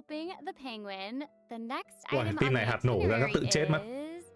Oh, the cute little fungi are back. Team này phải để Hania, a phải friend đánh we cho met gì in nhỉ? Sumeru, has arrived in Sinh trưởng liên tục. Fontaine to promote Lil Lil Fungi's Fungi. fantastic fiesta. Lại gì đánh And Pokemon à? speaking of Yes, Pokemon nấm. fun, guys, I think I recognize some familiar faces. Nhà khai phá, tôi vào nhà khai phá. It's time to shine. Chết. Yay! Chơi bình thường mọi người, chơi bình thường mà. Some differences in this update's fungi event. Aside from taking place in Fontaine, the gameplay has also been optimized. Previously, we Nó giống lần led trước the nhưng mà low lần này được fungi in battle optimize. against Mechanici. Tối ưu This hơn. time, we'll have the opportunity to challenge a whole host of powerful monsters. Awesome. Travelers will be able to command a variety of fungi, adjusting their movement to target different enemies. And don't forget to use marvelous gels. Giờ là được thêm cái gọi là điều khiển hướng đi của các con này. Cái lần trước nếu như mà Mi chưa chơi lần trước thì cái lần trước ấy, mình cũng được kích thích để chọn mục tiêu ấy, nhưng mà chỉ chọn mục tiêu thôi, bọn nấm nó sẽ tự di chuyển. Còn bây giờ là mình được di chuyển con nấm nữa. Cái không được Pokemon lắm nhỉ? Cái này nó không phải Pokemon, nó là kiểu thì anh chẳng biết có game nào thể loại giống này. The team feels that the current design doesn't adequately sustain long-term gameplay. So, they're going to continue iterating, kiểu như là một chút gì đấy TFT, xong rồi kiểu em phải chọn mục tiêu và em phải bấm thêm kỹ năng rồi các thứ. Thanks, Devs. Yeah, thanks. All right. Okay, let's take a look at what else Furina's itinerary Có ai thấy Furina giống Fischl á? Không, tôi không. It's the Graph Adversarial Technology Non bóng tròn, Experiment Log. non trống tròn. I'm more than ready to fight some adversaries. Em là event. Nhiều event nhỉ? Thường là đấy, event bên anh thấy là event bên Genshin chất lượng hơn event bên Honkai. With Graph Adversarial Technology has made great contributions to the study of counter-criminal image Event bên recognition. Genshin lúc nào cũng có cốt truyện, cũng có các thứ đầy đủ. Can help her achieve great success. But her scholarly responsibilities make it difficult for her to collect the field samples she needs. I'm guessing this is where the traveler comes in. Okay, you're not Hồi wrong. trước có event giống vậy, mình là phá trụ giờ đánh quái. Đó, cái hồi trước cũng có một lần đánh combat đánh nhau, cái đợt mà có Layla rồi Yemiko các thứ. Ở Sumeru. You can also exchange these samples with your friends. You might be able to find useful references for the samples that you need. Sưu tập tem, nó theo cái trò kiểu sưu tập tem. Travelers will receive a special gift from Pauline. Cuối event nhận được cái lens đấy. That's right. It's the zoom lens we mentioned Ở during đây, Charlotte's character zoom, introduction. nhưng mà khác cũng được. Không cần tra lô. To use it, just equip the camera and activate the zoom lens in your inventory. The zoom lens can be attached to all cameras obtained in the game up để to làm this gì point. ấy? When equipped with other characters, the zoom lens won't be able to be used in combat, but if you switch to Charlotte and hold your elemental skill, nhưng mà you'll be able to snap pics ngoài with event zoom ra thì lens anh không hiểu even cái while ngoài event ra để làm gì ấy. even use it in domains. Chỉ chắc chỉ để chụp ảnh cho đẹp Oh my thôi. gosh, that's awesome. And I bet travelers will be able to capture some amazing moments in co-op mode too. And even if you miss the chance to participate in the Em phải biết là chơi từ đầu phiên bản game đến giờ anh đã có đến bao nhiêu cái máy ảnh rồi không? Nếu không nhầm thì Genshin nó cho đến 3 cái máy ảnh rồi vậy. It seems like Furina has also learned of the existence of a domain shrouded in mist. Mystic Dungeon. Travelers who master the Chụp góc nhìn thứ nhất, đúng. Nhưng mà cơ bản là bạn hoàn toàn có thể chụp góc nhìn thứ nhất bằng cách là vào phần chụp ảnh và tắt ẩn nhân vật mình đi. Nó thành nhân vật, thành góc nhìn thứ nhất. Like myself don't need to worry either. Using trial characters and taking advantage of the buffs brought about by the ley line are also great ways to come out on top. That's right. And travelers who are more confident in their combat skills can choose to jump straight to the Có final 3 cái đúng không? Tôi không nhớ là có mấy cái, tôi không ở trong game nhưng mình có đến mấy cái máy ảnh rồi ấy. Overflow event will return at the end of version 4.2. Người ta thích cho mình máy ảnh That á. might be the perfect time to start building your parties. Hopefully, you're all excited for the fabulous events that version 4.2 has in store. Okay. But there are still more surprises to share. Yay! I Let's know. get into them. Nó còn thêm bí mật nữa Mi ạ. Well, before we get into them, let's take a quick break to have a look at the final redemption code for today. Nhiều thế nhở? Trời ơi, quá nhiều nguyên thạch. Thường lúc nào sẽ là 4 even. Có cuối cùng. Này, chúng ta lại cút sang bên này một lúc. Tôi sửa.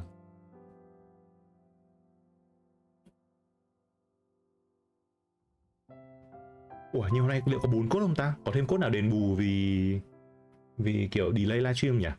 Hay không có nhỉ? NE2LVM. HR không thấy có à, đây chắc là HR thì đúng lịch mà.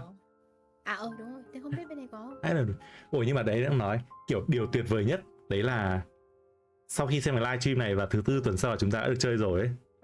Kiểu nếu bây giờ mà anh mà xem cái buổi cái giới thiệu lúc nãy có Fuina ấy, rồi phải đợi thêm hơn 1 tuần nữa mới được cập nhật phiên bản, kiểu bị khó chịu. Kiểu bị siêu khó chịu ấy, kiểu muốn chơi ngay ấy.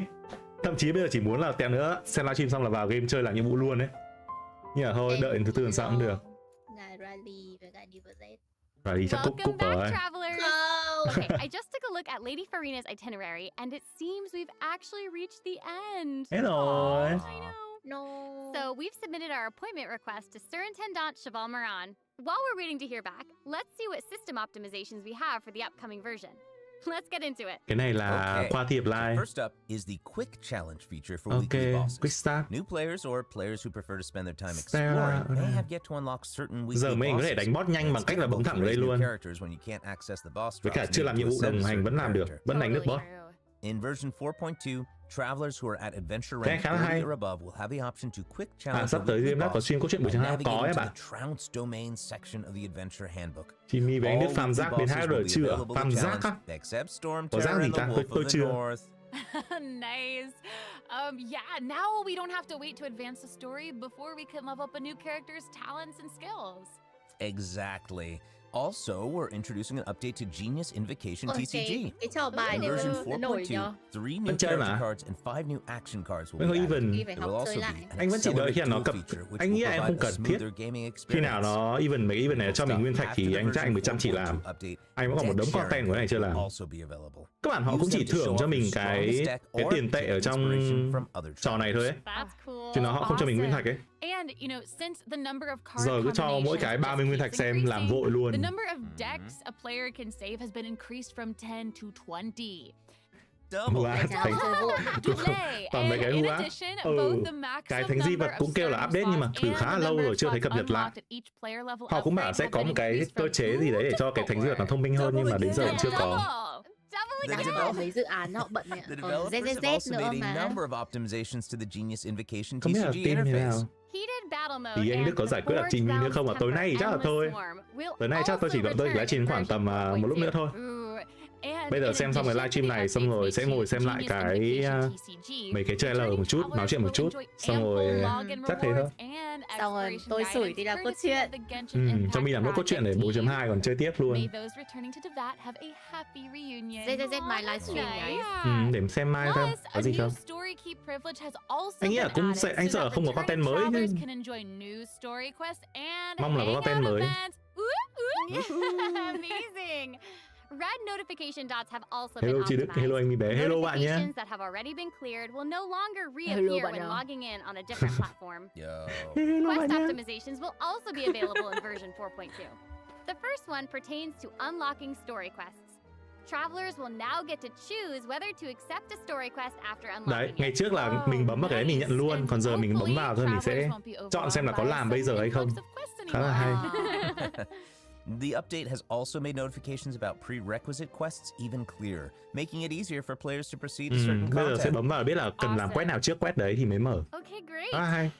Oh, and it seems like that's all we have for the latest version update. I guess that means it's time for the 4.2 special program to come to a close. No. Không. Muốn nghe giọng anh Nông thêm tí nữa. Đấy, tẹo nữa xem lại cái giới thiệu ấy, cái trailer ấy. Nhưng mà bạn có Việt sắp. I'm personally very jazzed for the Fun Guy event. Yes, how can you not be? They keep on adding so much cool stuff to this game. For me, I love the idea of the combat camera. Hey, cái hình nền này nhiều thứ để soi vậy. Cái này phân tích ra được cả đồng. Thứ nhất nhá, em nhìn nhá là chỉ có Fuya này mặc quần áo trắng, 3 Fuya đằng sau mặc áo đen. Cái này áo đen đúng không? Quần trắng nhưng mà anh không chắc. Nhưng mà đây là cái áo bên trong là màu đen. Đâu hình như là vẫn là một Fuya đấy. Nó chỉ thay đổi cái quần thôi để nó dùng cái nguyên tố kia. Xong rồi cái nét mặt của Fuya bình thường Fuya không có cái kiểu mặt kiểu này lắm. Sao ở đây một đống tay nữa này. Dear Traveler. Cái gì đây? Thôi mi dịch cho các bạn nhé. Các nhà lữ hành thân mến. Buổi diện kiến của các bạn với vị thần của công lý Regina của nhiều mặt nước và người nổi tiếng nhất phong tên quý cô Furina đã được ban ân điển vào ngày chuyện nhanh thế đang dịch đủ mà. Already ended. Thanks for watching. Không sao, lên YouTube. À không, YouTube thì phải 8 giờ 10 mới cập nhật cái này. Nhưng mà không biết là chúng ta đã có cái cái được lại cái Honkai Star Rail rồi. Đây này. Cái live này nó phải một lúc nữa. Nhưng mà không biết là có cái Honkai Star Rail nó sẽ được rồi. Masquerade dịch là gì nhỉ? Masquerade là buổi nó gọi là vũ hội hay là cái gì đấy. Em muốn biết rõ nhất cái cụm đấy dịch là gì không? Đây này, cái cụm đấy nhá, bạn Trương Tây Vát. Anh Dan Sleep đã nói với chúng ta cái đấy từ lâu rồi. Nhưng mà hình như ở đây cũng không có cái sắp của cái câu đấy. Nè. Thì trong cái này là đã có cái Act 4 Masquerade of the Guilty rồi. Nó là cái gì nhỉ? Hôm trước anh cũng xem dịch rồi, nó là như kiểu là cái mặt nạ. Không, nó là cái lễ hội, vũ hội anh ạ. Vũ hội á? Vâng. Vũ hội của những kẻ tội đồ. Xong lúc nãy em tạm thấy Furina nhảy mà đúng không? Giả dạng mang mặt nạ, lễ hội hóa trang. Anh nhớ là nó liên quan đến cái gì đến cái dạng theo kiểu là lễ hội hóa trang. Lễ hội hóa trang nghĩa là kiểu em thích dịch là buổi dạ hội. Anh nhớ là có một ông dịch cái cụm này là kiểu mặt nạ tội lỗi ấy, kiểu đấy là dịch kiểu đơn giản nhất ấy. Kiểu ai đó đang đeo một cái mặt nạ kiểu giả dối ấy.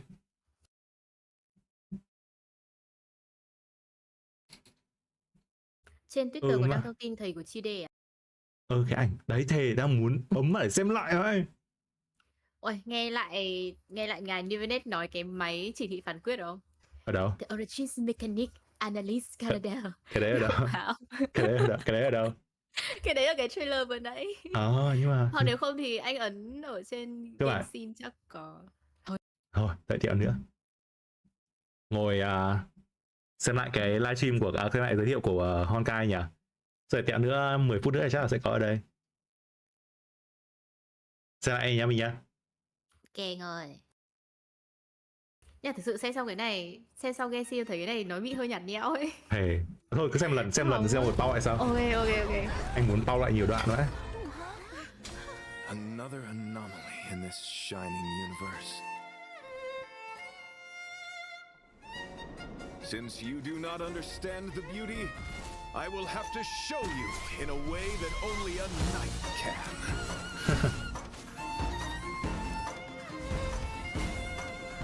Oh my god, Vinh Dân tóc đỏ. Trông như con rồng ấy. Ôi kìa, tiếng người lô phu là ngoằng. Có cả emoji luôn. Emoji con gà chạy, con tê ấy.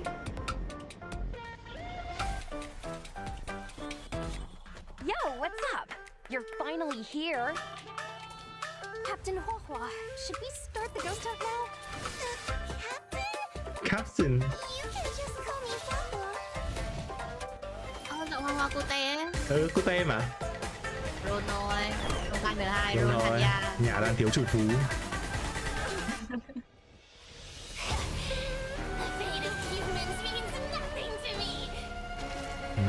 Giọng này có vẻ sassy lắm. Thế giọng này anh nghĩ là không phải bai hen hay gì đó. Từ em vừa thấy cái gì đấy rất lạ. Thề, chúng mày để cho chồng tao nghỉ ngơi được không? Chồng tao mệt vãi đái rồi. Thấy điều gì làm không? Tẹo nữa tua sau nha. Xem nó một lần nữa. Anh cũng nhìn thấy cái lạ rồi. Không biết là chúng ta có phải nhìn chung một thứ hay không? Tẹo nữa xem lại. Ok. Chú đó còn ném cái gì vào đầu chồng em nữa, chồng em. Anh Đức bên Genshin của Nhật livestream xong rồi. Ok, tẹo qua nhá. Mình xem từng cái một. Ok. Hey over here. Có người đăng ảnh nhìn cô giáo giống như Trang Dinh Lưu. Anh nhìn lúc đó anh còn nhìn anh tưởng là đấy một nhân vật bên Honkai Impact 3 cơ. Trông nó không hợp với cả tạo hình của không bên giống này. Style của bên Genshin.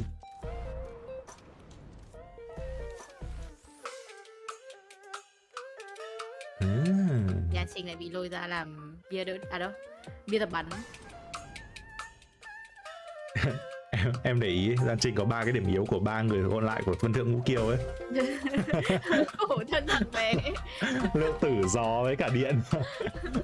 Dinh Doan Blade với cả đan hèn. Bị ba ông gõ đầu. Ông giả gõ đầu. Ác thật sự. Ok, xem lại từ đầu nha. Nói chung là chỉ có đoạn đầu thôi, cái đoạn sau là các cái thứ mới không vấn đề. Thứ nhất là đoạn này, đây là tàu đúng không? Tàu Astral chúng ta đều biết đúng không? Nhưng mà đang bị một cái gì đấy như kiểu thế lực hắc ám màu đỏ gì đấy xâm chiếm, kiểu bu đến. Mà tàu đang đi vào nhá, tàu đang đi vào đấy nhá. Anh cũng cảm giác nhiều cái này là đang dịch chuyển gần vào đây ấy. Cảm giác như là một Leviathan.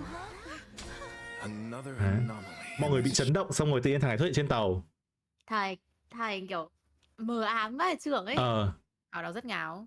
Anh nghĩ là nó ngáo. Anh vẫn tin tưởng nó ngáo. Đây là cái gì? Đây là em nghĩ là cái đèn. Cái đèn đúng không? Cái gì nó rơi xuống? Điều bất thường. Điều bất thường xảy ra ở vũ trụ rực rỡ. Nó đang tự nói nó à? Nói vấn đề tàu. Nó nói con bé này. Nó nói con bé này. Con bé nào? Cái này có phải chỗ đứng của con bé đấy đâu. Con bé đấy đứng cạnh cái tường mà. Hình như đây không phải chỗ đứng con bé đấy. Nó đang nói ai ấy. Cái cây. Có ai trong... Ở anh nó không ở trong Honkai. Đây là chỗ nào nhỉ?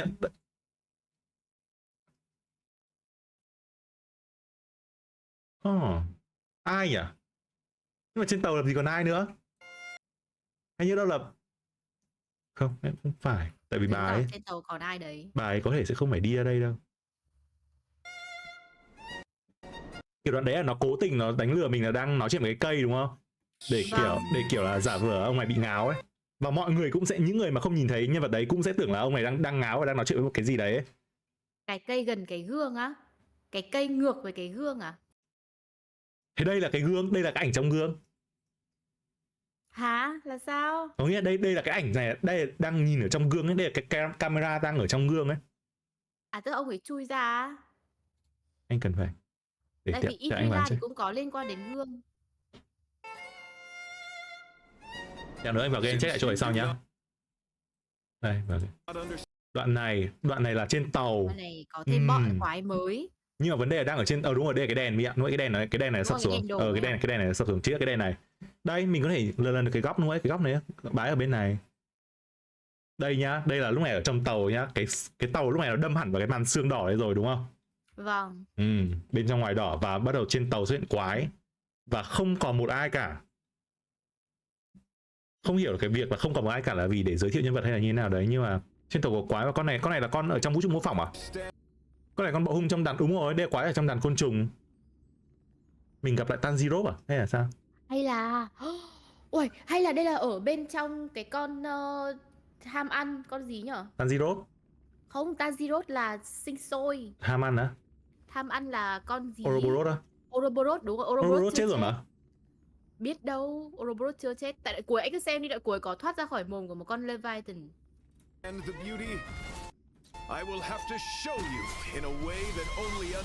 thiết, ở này giới thiệu nhân vật thôi. Đây là quái chắc chắn rồi. Anh nghĩ là ở này sẽ có các nhân vật khác ở đây, nhưng mà vì đây là trailer nên họ ẩn đi. Họ như thế nào đấy. Đây, tàu bắt đầu kiểu bị sao đấy, đây là tàu đang tăng tốc à? Đúng không nhỉ? Đây có thể là tàu đang kiểu cố gắng tăng tốc để thoát khỏi cơn bão này. Pom đợt này chắc trầm cảm chết. Đấy, cái đoạn này cái tàu nó đang chuẩn bị thực hiện bước nhảy. Đúng không? Đúng rồi, đang thực hiện bước nhảy. Cái tàu lúc này nó đang chuẩn bị thực hiện bước nhảy.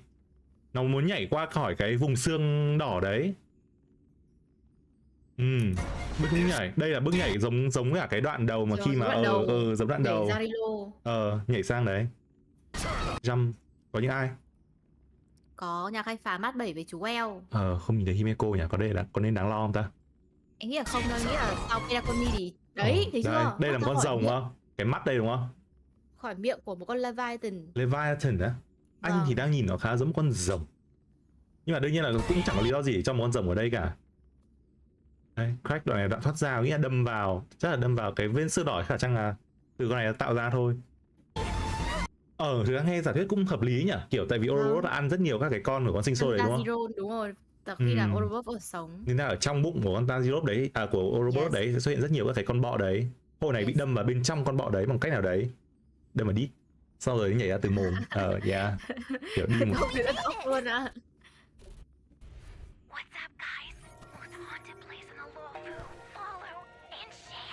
Thế bọn này dùng cái icon emoji là hình cái con ma ở trên trạm không gian Herta ấy. Cái con ma tên là gì? Con đấy tên là gì nhở? Con đấy tên là gì nhỉ? Quên mất tên rồi. Con ma. Sao lại bắt mình đi tìm? Đây là cái nón ánh sáng subscribe đi nào hay cái gì này. Không biết là có cho emoji con gà chạy không? Từ từ bây giờ anh mới để ý là cái nón ánh sáng này, con này đang để cái búa tảng đá ở trên người của ai đấy? Susang à? Mà nó đập ở trên người con Susang hay sao ấy? Đây phải Susang nhỉ? Đây là ai nhỉ? Không nhìn giống, cái bộ quần áo không giống lắm. Cái góc này không nhìn được đây là ai? Kéo phải vào xem lại. Susang là Susang. Đúng rồi. Tôi. Mặt Susang kiểu chết rồi ấy, kiểu mắt này mắt chết ấy. Hai đứa này bạn thân hay sao ấy? Cái này cũng đang rủ Chào đi chơi cùng. Mình làm nhiệm vụ đồng hành Luna Fan chưa nhỉ? Hình như chưa có ấy. Làm chưa nhỉ? Sao anh kiểu ra anh không có một ký ức gì về cái đấy nhỉ? Đúng rồi, nó không có nhiệm vụ đồng hành với Luna Fan. Chắc ở đây mới có. Ok, đoạn này đâu ở từ đoạn này. Rồi có Selly này. Mặt Selly trông cay ấy. Trông sợ. Đây đoạn này đúng không? Không chưa. Có sao này.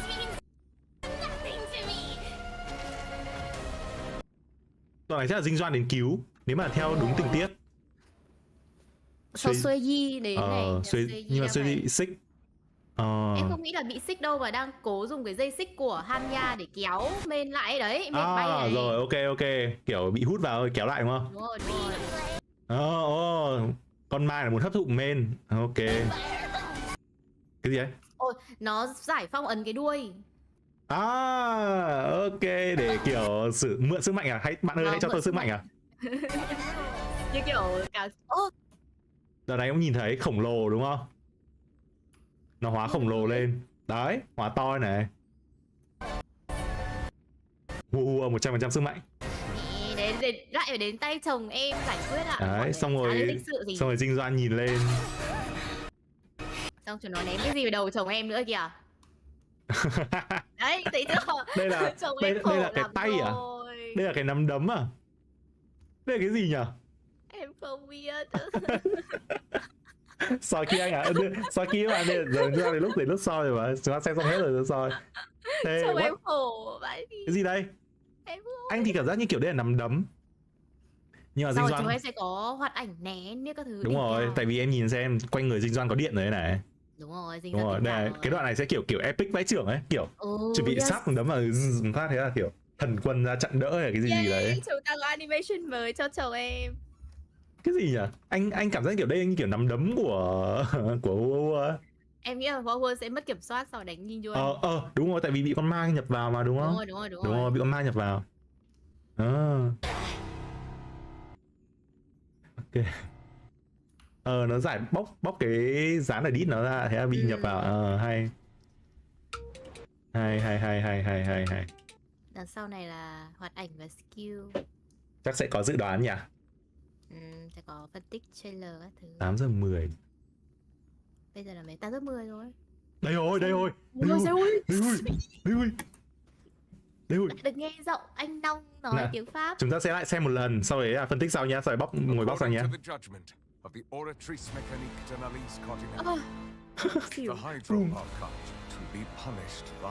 Ủa, thủy thần biết chưa nào? Ôi, nuôi là thủy thần. Thủy thần á. Thủy thần khóc. You and I both know that there may be issues with the primordial sea. Everyone on the street who happened to be close to the water didn't have a chance to escape as the water level rose. Tôi che mất cái sắp của các bạn. Disappeared. Shouldn't gods be all powerful? What's done is done. Just trust in me. You're Archon. Never mind whether you can truly convince yourself to or not.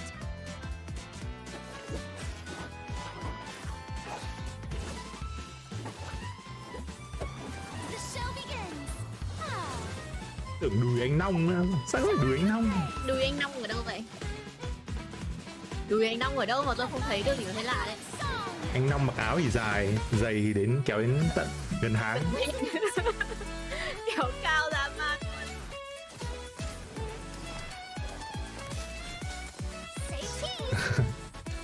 Sao nhạc 4 sao nghe nhạc 5 sao? Lúc nào mà Charles xuất hiện nhạc cũng rất hay.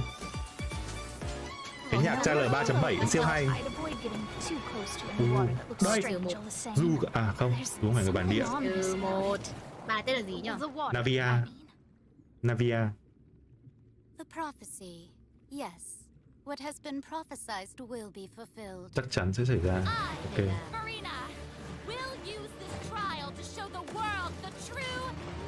Do not resist. This judgment is fair and just. What is the meaning you would call this? You have never been a Ôi, anh có giả thuyết rồi. Anh đã có giả thuyết từ cái đoạn ngoài rồi. Why should we acknowledge it? So long. Why did you deceive us? Applaud and rejoice. We're just a moment. This isn't right. Là đấy em. Cái vấn đề là nó kéo I now understand the true purpose behind this position. Anh Nong hiểu được rồi. 4.1 anh mới không hiểu mà 4.2 anh đã hiểu rồi. Anh thông minh mà, rất xứng với chồng em. Nhiều thứ để bóc tách vậy. Thế. The prophecy that you've been fretting over should now be in full swing. Đấy là giọng của sư phụ ấy. Oh shit. I suppose this would also be the justice that belongs to you. Có khi nào đấy chính là bà còn mọi người cứ kêu lếch lếch ở Mỹ không? Nghỉ lắm. Ngập hết này. Ngập hết. Ui để chỗ cái quảng trường. Ui vài diễn này. Tạm biệt như Village đúng. Cái giọng cuối cùng là giọng của Ageria. Anh cảm giác như thế. Giọng của thủy thần đời đầu. Cảm giác thế. Mặc dù chưa nghe giọng của thủy thần đời đầu bao giờ nhưng mà cái giọng đấy là cái tông đấy. Không, ý tôi là kiểu mọi người nhìn cái ảnh đấy, những leaker nhìn cái ảnh đấy, xong rồi kêu là đấy là bà cò phải bị kiểu cung bách hay gì đấy.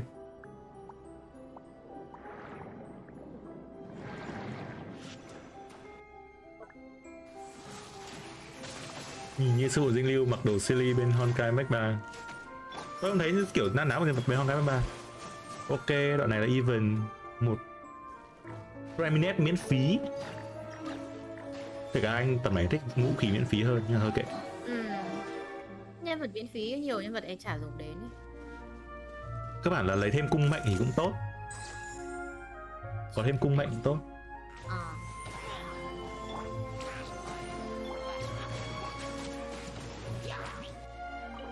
Đây là overflow. Hình như dạo này có vẻ Genshin lại nhiều người chơi mới lại, sao lại nhiều event này. Cái kiếm này ngon quá, trời ơi, có kiếm được không đây? Nhưng mà cái thằng bác sĩ kia là dùng cái gì? Dùng pháp khí. Rồi, thế thì banner cũng... Mẹ thấy banner của Rayo kiếm những Thế, theo đây nhá, vấn đề nhá. Thứ nhất, đây là theo kết quả của cỗ máy chỉ thị phán quyết, chứ không phải là kết quả của thủy thần của New Black. Như em không biết anh có thể nói phần câu chuyện của 4 chấm được nói với em được không? Em cũng nhớ bác bạn, nói chung là cái không, cỗ máy này em vẫn đang chơi lại ấy, nên anh nhanh nói với em có được không? Kiểu nói chuyện bây giờ ấy. Tại vì nói chuyện bây giờ chắc chắn là sẽ nói toàn bộ về câu chuyện của Fontaine. Cũng được. Về các bạn ấy thì 4.0 là Nuvilet phán cho Chide vô tội. Nhưng mà cỗ máy chỉ thị phán quyết là phán cho Chide có tội. Và quyết định cuối cùng ấy thì người ta vẫn lấy ở Fontaine, quyết định cuối cùng ở Fontaine vẫn lấy theo cỗ máy chỉ thị phán quyết. Đây cũng là một trường hợp như thế. Có nghĩa là chúng ta không nghe được là quyết định của Nuvilet như nào, mà anh khá chắc là Nuvilet sẽ không bao giờ muốn đưa ra quyết định như thế này. Nhưng mà đây là kết quả của cỗ máy chỉ thị phán quyết, mà thường thì cái cỗ máy chỉ thị phán quyết nó sẽ đưa ra kết quả theo một cái logic của riêng nó, chứ nó không phải logic của con người bình thường ấy. Đấy. Thế nên ra là cái cỗ máy nó biết một cái điều gì đấy để nó phán Furina. Nhưng mà có một cái khá thú vị nữa, đấy là trước giờ mọi người vẫn nghĩ là ở bên trong cỗ máy chỉ thị phán quyết rất có thể đang là Genocide hoặc là đang là thủy thần thực sự đời đầu hay là gì đấy, một phiên bản gì đấy. Mà bây giờ cái thứ đấy nó lại phán quyết ngược lại chính thủy thần. Nhưng mà cũng chưa chắc là đang chỉ thủy thần mà. Tôi tuyên bố cô Furina có tội này. The Hydro Archon luôn. Giọng em có thấy giọng của New Village Jun cực kỳ không? Nghe lại câu đấy nhá. Via cái từ ấy, cái từ Jun mãi kiểu như kiểu không thể nói được cái câu đấy ra ấy. Bây giờ sao anh đau buồn ạ? Kiểu bị sốc ấy, kiểu cái máy ấy, khi mà nó đưa ra quyết định ấy, nó sẽ đưa ra một cái phiếu ấy. Cảm giác như kiểu đúng cái đoạn đấy, cái đoạn là New Village đang cầm cái phiếu ấy đọc lên và kiểu không tin vào những gì viết trên đấy. Cái đoạn này sẽ liên hệ với đoạn phía sau để xem đoạn phía sau rồi thì anh sẽ nói tiếp. Cái này là cái không biết này, anh không hiểu cái cây này nó ở đâu, và vì địa hình Furina, địa hình ở đây là toàn núi. Nhưng mà anh chắc chắn là sẽ có ai đấy trên YouTube sẽ bắt đầu bóc từ cái vị trí này nó ở ngay đâu thôi. Kiểu bắt đầu nó bảo là ở ngay sau viện ca kịch kìa. Thế à? Thì nếu mà họ bảo thế thì biết thế, tại vì thực sự thì anh cũng không biết cái này ở đâu. Cái này thì khó hơn này, nhưng mà cái sau thì có thể biết được. Đây, ở đây nhìn được một cái đền địa linh. Ở đây chúng ta nhìn được một cái đền địa linh, không biết cái này ở đâu. Nhưng mà khả năng cao đây sẽ là khu vực mới. Cái địa linh này cũng là địa linh ở khu vực mới, nên không chắc. Chỗ này nữa này, chỗ này cũng không biết ở đâu. Chỗ này có một cái sản vật là cái hoa này. Hoa này anh không nhớ, hoa này là hoa mới à? Cái sản vật này là sản vật mới ở 4.2 để dành cho Furina đúng không? Hình như hành trong nhân vật nào đấy không? Không nhớ. Đây thì cái cây, cảm giác cái cây anh cảm giác nó không to lắm, khá là bé, nó chỉ ở trên một cái đền gì nhỏ ở đây thôi. Và cũng không biết vai trò là gì, nói chung là cái cây này thì không đoán được gì nhiều. Nhưng mà cái này chắc chắn. Cái này là chỗ nước biển khởi nguyên nó phụt ra. Cái màu này là màu nước biển khởi nguyên. Và mình nhìn theo các cái cây bên cạnh nó đang kiểu bị, em nhìn một cái gì đấy nó rất là mạnh và nó kiểu vừa nổ ở giữa ấy. Nó đẩy tất cả mọi thứ, nhìn cây gãy này, lá thì đang thổi ngược này, trên này cây cũng gãy này, tất cả mọi thứ bắn ngược ra ấy. Thì đây giống như kiểu đây chính là cái chỗ mà nước biển khởi nguyên sẽ phụt lên và bắt đầu nhấn chìm cả Fontaine từ chỗ này ấy. Chứ liệu đây có phải là cái chỗ mà thẳng pháo đài Meropit lên không nhỉ? Chắc không phải đúng không? Chỗ này nó không giống như thế này. Hoặc có thể nó ở một chỗ khác, hoặc có thể có nhiều mỏ nước biển khởi nguyên ấy. Cái này phải đợi thôi. Nhưng mà đây là chỗ nước biển khởi nguyên nó đang phụt lên. Nhưng mà nó đang tạo ra một cái form khá là lạ nhỉ. Kiểu nó không phải là đang, nếu mà phụt ra và làm tràn Fontaine thì chúng ta sẽ mong đợi nó như kiểu núi lửa không? Kiểu phụt lên và bắt đầu trào ra không? Nhưng mà đây là nó đang form lại thành một cái cục tròn tròn lơ lửng ở giữa. Map mới đúng không? Bên phải viện ca kịch đúng không? Ok, cái này có cơ chế map mới ở đây. Đây, cái chỗ này thì anh khá chắc nó là cái ở gần viện ca kịch ở phía dưới, giữa viện ca kịch với cả cái khu mà có gì nhỉ? Thị trấn Poison cái gì đấy. Hay con cá voi là phun nước. Đúng, có thể là con cá voi. Đúng. Có thể. Dưới này cũng có mấy cây khá là lạ, tôi chưa nhìn thấy cái cây bao giờ, và tôi nhìn thấy nhưng tôi quên mất. Nhưng mà cái cây này là ở cái chỗ này đây, nó ở quanh cái đảo này. Chỗ này lúc ấy có phải họ bảo chỗ này liên quan đến Melusine không nhỉ? Có phải không nhỉ? Em chỉ nhớ là họ bảo cốt truyện liên quan đến Melusine. Nhưng mà lúc đấy họ cũng kiểu cái cảnh đấy Furina, cái cảnh trong livestream ấy là cái đoạn đấy là Furina đang đứng ở đây và họ bảo là sẽ có một cái gì đó bất ngờ liên quan đến Melusine ở đây. Không biết là đoạn này không? Đấy, Furina. Cái này là một cái thất thiên. Một cái thất thiên ở phía bên dưới. Ok. Đây, cái câu nói của NPC này, đây khá chắc đây là NPC đấy không nghe giọng của nhân vật chơi được nào. Tất cả thần linh đều phải là đứa tuần trăng mới đúng chứ. Có nghĩa là đoạn này nó giống như kiểu là người dân bắt đầu phát hiện ra Furina vô dụng ấy. Có rất nhiều giọng nói chê trách Furina. Đây là giới thiệu Furina thôi.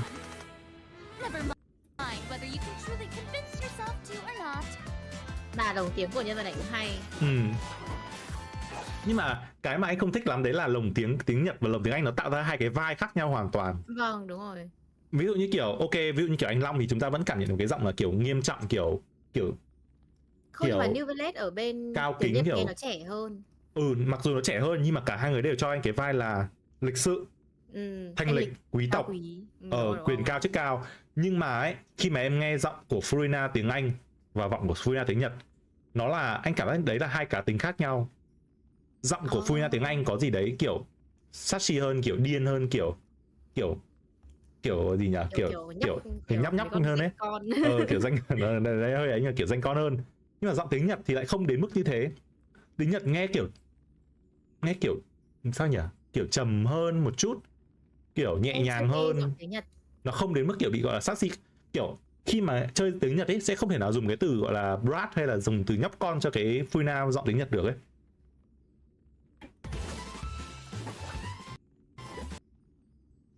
Chỗ này, đây là viện ca kịch. Có phải không nhỉ?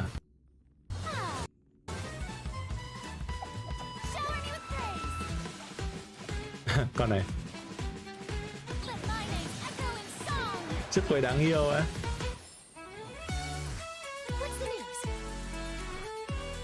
Giờ cho em xem tiếng Nhật Furina như Sota, rõ Nhật nghe trẻ con. Chơi xong xem mong muốn thứ tư nhỉ, kệ vợ mong thứ tư vãi. Đây, câu này của Navia đúng không? Cái voi này nếu mà với cái đoạn này khả năng đây là của voi của Navia luôn nhỉ. Dù không phải người bản địa nhưng tốt nhất cũng đừng đến gần thứ nước khác thường đó. Ok. Chúng ta đều biết là cái nước khác thường đây chính là nước biển khởi nguyên rồi đúng không? Có nghĩa là ai đó đang dặn dò không phải người bản địa, khá chắc là dặn dò nhà lữ hành, là chính là dặn dò chúng ta. Vì chúng ta là người rõ ràng nhất không phải người bản địa.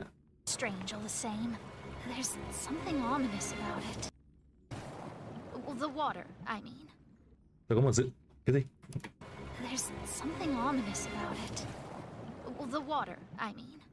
Cái đoạn này, đấy là Navia đang bảo là có một cái gì đó mờ ám đang diễn ra. Và sau đấy Navia lại sửa lại là ý tôi là nó là nước biển khởi nguyên. Tiếng Anh nó nguyên bản là như thế.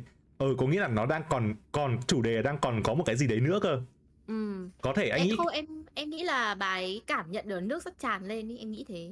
Anh thì đã nghĩ là cái câu chuyện này có liên quan đến một là thủy thần và hai là nước biển khởi nguyên.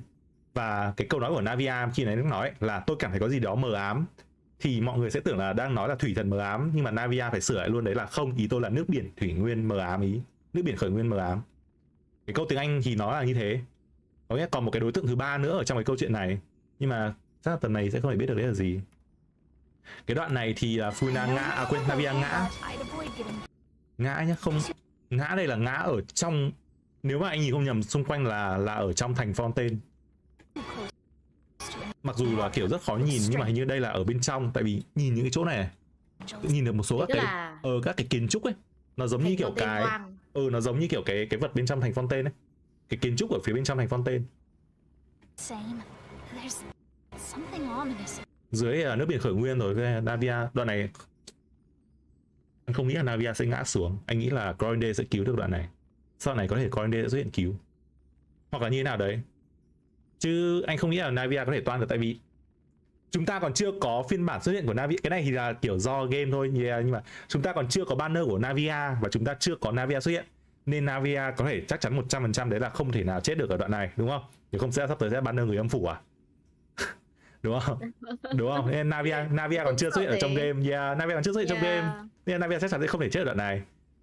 Nên là nhưng mà sau Tinh Yun thì em nghĩ ảnh chết được ấy. Không, nhưng mà Navia còn chưa ra banner mà, kiểu chưa xuất hiện nhân vật Navia ấy, kiểu banner âm phủ hay sao, kiểu như thế. Đấy, nên ta sẽ có, anh nghĩ là có hai giả thuyết ở chỗ này ấy, đoạn sau ấy. Chắc chắn là giả thuyết thôi, hoàn toàn có thể sai, đây chỉ giả thuyết khi mà vừa mới xem trailer 1-2 phút thôi, nên là hoàn toàn gần như là không có căn cứ nhá. Nhưng mà có thể một, đấy là chúng ta chưa biết là mẹ của Navia là ai, mà chỉ biết bố của Navia là ông Galat, ông gì tôi quên mất tên rồi, nhưng mà ông ấy là người Fontaine. Nhưng mà mẹ của Navia thì không chắc có phải người Fontaine hay không, chưa bao giờ nhắc tới. Thì nếu như thế thì Navia sẽ không phải là người Fontaine gốc. Thì những trường hợp như thế thì nếu mà không phải người Fontaine gốc thì sẽ không phải là sẽ không bị hòa tan trong nước biển khởi nguyên nếu mà cho dù có bị dính xuống, đúng không? Ở trong phiên bản 4.0 đã từng có một lần, đấy là cái Navia đã từng suýt bị ám sát bởi ai đó cho nước biển khởi nguyên vào trong cái cốc nước của Navia và để cho Navia uống. Nhưng mà chúng ta chưa bao giờ được nhìn thấy là Navia uống cái cốc nước đấy thực sự, nên không biết là chưa bao giờ được nhìn thấy đấy là Navia tiếp xúc với nước biển khởi nguyên sẽ như thế nào. đến bây giờ chúng ta đã nhìn thấy là Charlotte tiếp xúc với nước biển khởi nguyên rồi, Freminet tiếp xúc với nước biển khởi nguyên rồi, Chlorinde cũng bơi xuống nước biển khởi nguyên rồi. À quên, không phải Charlotte, tôi nói chầm Charlotte, tôi nói Chlorinde nhá. Chlorinde với cả này Freminet là bơi xuống nước biển khởi nguyên. Đó, tuy là pha loãng thôi nhưng mà bơi xuống rồi, tiếp xúc rồi. Riley cũng rồi, Newlet đương nhiên rồi, Newlet là xuống áp chế luôn. Người duy nhất mà chưa trực tiếp tiếp xúc với nước biển khởi nguyên đến giờ là Navia. Nên ra là không biết là Navia sau khi mà tiếp xúc với nước biển khởi nguyên sẽ như thế nào. Chưa bao giờ chúng ta nhìn thấy. Cốc đó đúng rồi, cái cốc nước mà là Navia uống ấy. Thế nên là chưa bao giờ nhìn thấy Navia trực tiếp tiếp xúc với nước biển khởi nguyên như thế nào nhé. Nên là không biết là như thế nào sẽ xảy ra đúng không? Không biết Navia liệu có bị, nếu mà tiếp xúc với nước loãng thì liệu có bị đau đầu hay không? Hay nếu mà tiếp xúc với cả nước nguyên chất thì liệu có bị tan ra hay không? Đấy là lý do chúng ta chưa biết được, đúng không? Đó. Đấy là giả thuyết thứ nhất, đấy là Navia sẽ không phải người Fontaine gốc và Navia sẽ không bị tan ra nếu mà rơi xuống. Còn giả thuyết thứ hai đấy là tôi nghĩ là sẽ có Chlorinde sẽ xuất hiện. Tại vì trước giờ Chlorinde vẫn luôn là người được cử để trông coi Navia. Đúng không? Chlorinde luôn được cử trông coi Navia. Chúng ta đã thấy Chlorinde cứu Freminet ở phiên bản 4.21 rồi. Thì rất khả năng cao đấy là Chlorinde cũng sẽ cứu Navia ở phiên bản 4.2 này. Tại vì cái kiểu nhân vật kiểu Chlorinde sẽ luôn là nhân vật kiểu đứng từ phía đằng sau và ra tay vào cái lúc mà cuối cùng ấy, cái lúc mà kiểu sẽ không ai ngờ đến ấy, hoạt động ngầm phía đằng sau ấy.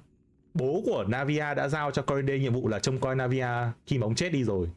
Thì tôi không nghĩ là trong cái tình huống nguy hiểm nhất, mà nhất là đối với Navia như thế này, thì tôi nghĩ là người xuất hiện hợp lý nhất, thậm chí hợp lý hơn cả nhà lữ hành ấy, thì đấy chính là Chlorinde mà thôi. Chlorinde sẽ không, chắc chắn sẽ không để chuyện này xảy ra. Thì đấy là hai cái giả thuyết của tôi ở đoạn này. Thì một đấy là không phải người Fontaine thì không sao, còn hai đấy là Chlorinde sẽ cứu. Yuri à? Hai chị cũng hơi có mùi Yuri mà. Mình nghĩ Vision sẽ giảm thiểu thiệt hại à? Có thể, cũng có thể người có Vision có thể có tố chất nó tốt hơn người bình thường. Cái tiếng này như kiểu tiếng Tom rơi xuống, nhưng mà cái này không biết được. Có thể lừa lắm. The prophecy. Yes. What has been prophesied will be fulfilled. Cái thứ nhất là tôi không biết được giọng này là ai. Đấy, tại là thứ nhất này không biết giọng này ai, nhưng khả năng cao đây là giọng của Thủy Thần. Giọng của Thủy Thần, anh nghĩ cảm giác như thế.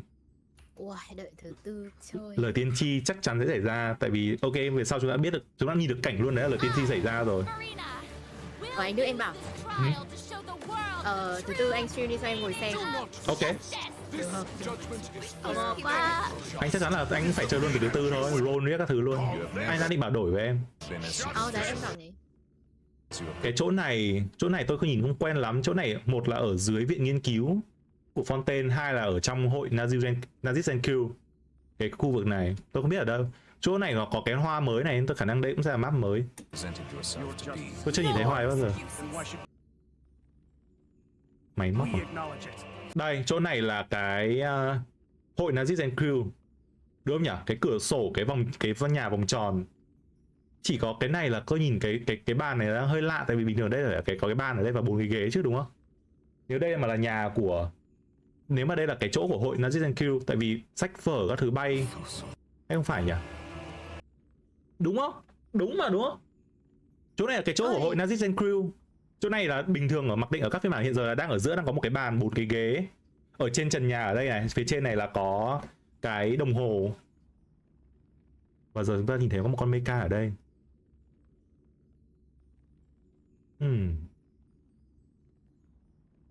Trường hay là hội Nazizenku.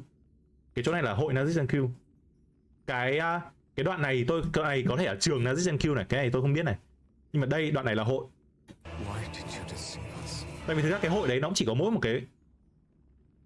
cái ấy thôi mà, mỗi một cái phòng thôi mà, chúng ta mới chỉ có mỗi một cái phòng của hội đấy mà. Cái đoạn này đây là vấn đề. What is this? Cái gì đây? What is that? Hay đấy là vũ khí của Thủy Thần đời đầu? Thứ nhất nha, thề được gần như là không có bất kỳ một cái manh mối gì, không có bất kỳ một cái dữ liệu gì cho sân có thể chúng ta biết được đây là cái gì được cả. Nếu mà có thì may ra chúng ta có thể biết được đây là đang ở đâu thôi. Đây có phải nóc nhà của hội Nazizenku không? Máy chém, đúng rồi, nó tượng trưng cho máy chém, có nghĩa là cái thứ ở dưới. Mà theo góc nhìn của chúng ta thì chúng ta chính là thứ ở dưới, là sẽ bị cái máy này chém vào đầu. Đây là góc nhìn của một người đang ở dưới cái máy này. và chúng ta sẽ bị chém vào nếu mà nghe rơi xuống. Đây có phải nóc nhà của hội Nazis Q hay không? Đây là cái tôi quan tâm. Có nghĩa là đây là từng là cái này là chỗ từng cái đồng hồ này để tẹo tôi đang Genshin. Đây có phải chỗ đấy không? Thì kiểu như kiểu nó mở cái đấy ra và một cái thanh kiếm từ trên đấy rơi thẳng xuống. Chưa nữa, tôi còn đang bật cào. Nổ tung máy mất. Đây không biết ở đâu, kiếm này. Đây là viện ca kịch nhá. Tôi nghĩ đây đoạn này khả năng là đoạn này là đoạn trước. Đoạn này sẽ xuất hiện trước khi mà Furina bị phán quyết là tử hình hay là thần thủy thần phán quyết tử hình. Trước cái đoạn mà các nhân vật bắt đầu thắc mắc là kiểu thủy thần sao không có sức mạnh gì cả. Cái đoạn này chắc là một cái đoạn nhỏ lúc đó ở đầu. Hoặc nhá, chúng ta đã từng thấy Genshin lừa rồi bằng cách đấy là ghép các cái đoạn của các cái nhiệm vụ khác vào rồi. Nên cũng có thể cái đoạn này là xuất hiện từ nhiệm vụ đồng hành với Furina ấy, nhiệm vụ truyền thuyết với Furina ấy, hoàn toàn có nhá, có thể nhá. Đoạn này ở đâu? Cái này tôi không biết. Cái này là một cái cửa sổ trắng bóc. Không hiểu cái này ở đâu luôn. Cái khung cảnh này như kiểu nó ở trong một cái miền tâm trí hết ở đâu đó, chứ không phải là ở ngoài. Furina sọ dừa, cái mẹ pháp.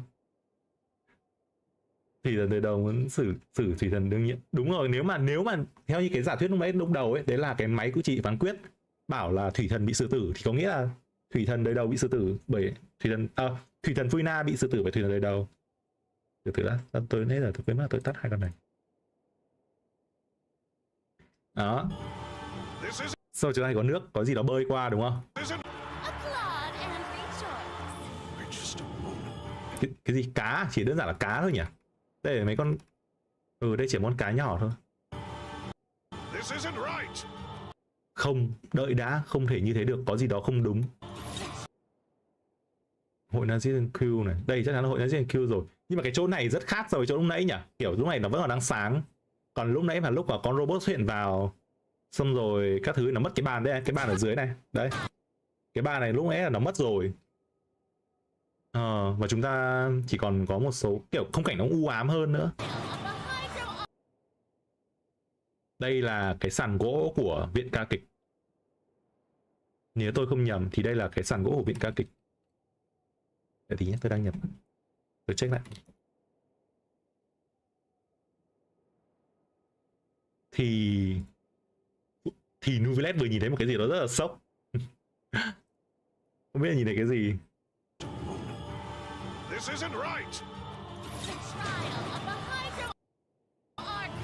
Màn xét xử vị thần Focalor chính thức bắt đầu. Tại sao lại là... Nhưng mà đây chính là giọng của Furina đúng không? Furina tự ấy mình à? Furina tự nói là màn xét xử của vị thần Focalor chính thức bắt đầu.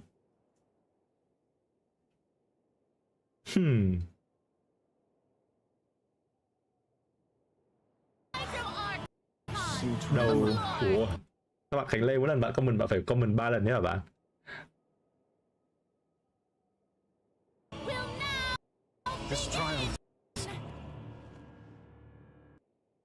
Thề mũ rơi.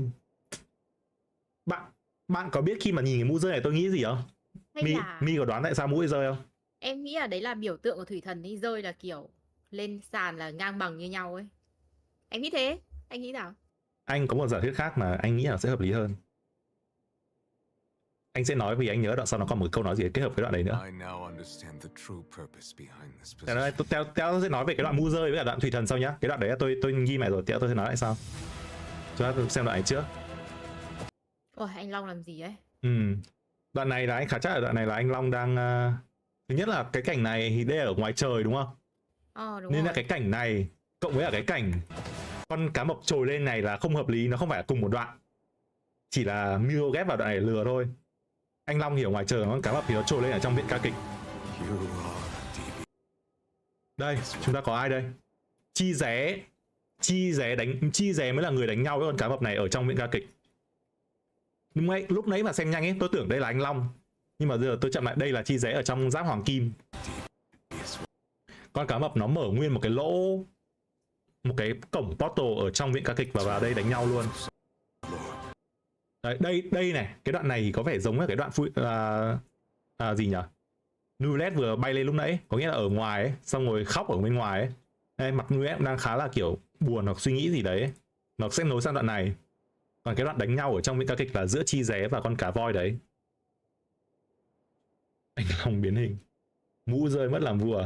Chia rồi. Tôi nghĩ nhân cách thứ hát chữa dậy chế ra thì thần hiện tại hơi bị chém. Tiếp nha. Có từ từ. Đây.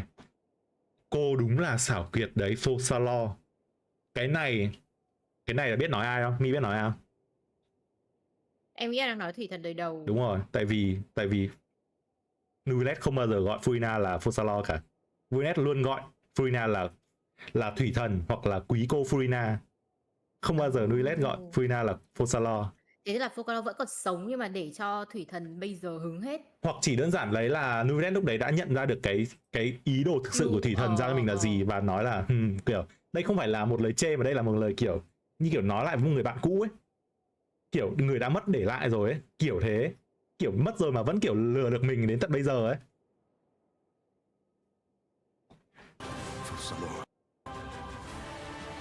Đấy, chi ré solo với cả con này ở trong đây, nhìn xung quanh là chắc là đây viết là viện ca kịch rồi.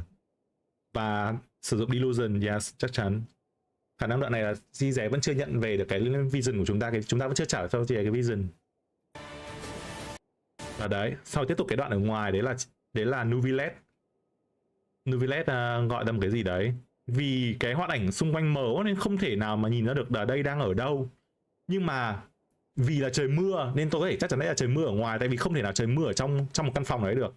Nên đây sẽ là ở ngoài. Có thể đoạn này sẽ là một đoạn mà Nuvilet tiếp tục thực hiện cái nghi lễ phong ấn của mình tiếp thì sao? Tại vì ở đây này, tôi nhìn thấy này, cái biểu tượng, bạn nhìn cái biểu tượng mà Nuvilet đang tạo ra nhá, với cả ba cái này. Nó khá là giống với cái biểu tượng lúc mà Nuvilet phong ấn cái ở chỗ ở pháo đài Meropit. Mà thực ra thì nó cũng giống với cả cái chiêu của Nuvilet thôi. Nên tôi cũng không nói được chắc cái đoạn này nó lắm. Không biết là Nuvilet định bắn cái gì ở đây mà bắn thẳng lên trời. Có tuần mới, nó tạo cổng, ok. Cái này trong đánh boss thôi, không có gì nhiều. Chỗ này là ở biển khởi nguyên. Thể ai ta? Sư phụ của chi ré đúng không? Nếu các bạn bảo về sư phụ chi ré đúng không? Ok, nếu các bạn có thể xem link hay gì bảo đây sư phụ chi ré, tôi biết thế. Tôi nghĩ là bài đã ở trong này với cả con cá voi từ rất lâu à? Hay như nào? Nhưng mà giờ quá ít đúng không? Giờ quá ít thôi. Bài chính là hiện thân con cá voi. Anh không nghĩ hiện thân cá voi. Hiện thân cá voi là cái thằng kỵ sĩ mà lúc nãy ở trong livestream mình xem đánh nhau ấy. Thế ở bên trong con cá voi mà. Nghĩ là nó bị nuốt vào rồi mình phải đánh nhau thôi, chứ em nghĩ bà đấy là hiện thân con cá voi. Tại vì thằng chi ré nhìn thấy rất nhiều lần con cá voi đấy mà. Nhưng mà bà ấy thì lại gọi con cá voi là nó cơ. Nên anh nghĩ bà ấy không phải con cá voi là.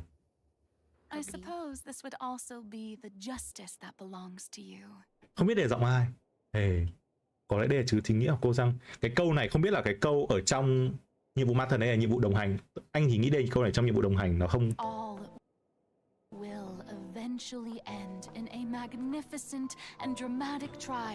Đấy phải giọng thủy thần không nhỉ? Để kiểu nghe không ra luôn giọng ai luôn đấy. Mọi chuyện quen giọng ai mình. Đấy, đây là cái sàn gỗ của viện ca kịch này, lúc nãy là Nuvilet đứng ở trên sàn gỗ là cái chắc chắn. Không biết là có phải là nhìn cái Nuvilet đoạn đấy có phải nhìn thấy rồi nối sang cái đoạn tiếp theo là con cá voi nó trồi lên từ viện ca kịch và Nuvilet nhìn thấy không? Nhưng không biết, không phải. Đây là quảng trường Fontaine và tất cả mọi thứ là good luck với những ai không biết bơi. Ủa, nếu mà không phải người Fontaine nhưng mà không biết bơi thì cũng thấy cũng đi nhỉ.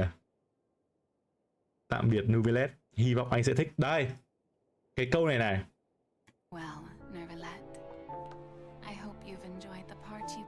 Đó, em đọc câu này xong, em nghe câu này xong em thấy hiểu gì không Mi? Em có ghét được cái đoạn lúc nãy không? Em cũng chưa hiểu lắm. Tạm biệt Nuvilet, hy vọng anh sẽ. Anh sắp xếp lại em nhá. Đấy là thế đây nhá, bắt đầu từ cái câu này này. Bắt đầu từ câu này này. Sau này là đây là câu của thủy thần đời đầu. Nếu như mà đây là cho anh đoán, đây anh dự đoán bắt đầu từ câu này, đây là câu thủy thần đời đầu. Câu này thì anh không hiểu lắm. Câu này không biết là nói Furina hay là nói với Alexino, nhưng mà khả năng cao là mà nói Furina, tại vì Furina hay dùng từ chính nghĩa. Mọi chuyện sẽ kết thúc. Đây, Fontaine ngập. Toàn ok đúng không? Bạn đã nhìn thấy rồi. Đây, sau câu này, tạm biệt Nuvelet, hy vọng anh sẽ thích vai diễn thuộc về anh trong vòng 500 năm qua.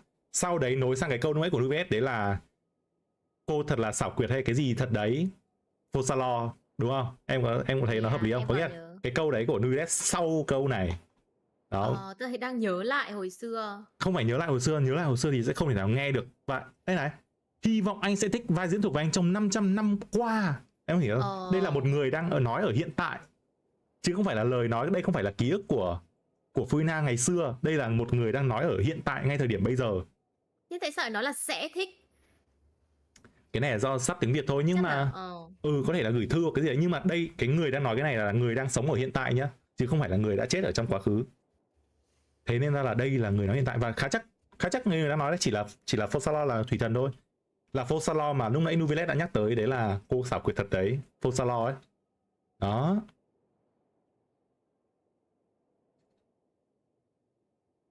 Áo vui này màu đen không thấy liên quan lắm á. Tôi chỉ nghĩ đấy là Fosalo, cái đoạn này có thể góp lại là Fosalo đã giao cho Nuvelet một cái nhiệm vụ gì đấy, một cái vai trò gì đấy. Và bây giờ thì lúc này Fosalo mới thực sự xuất hiện. Và sau đấy thì Nuvelet bảo là cô xảo quyệt thật đấy, Fosalo.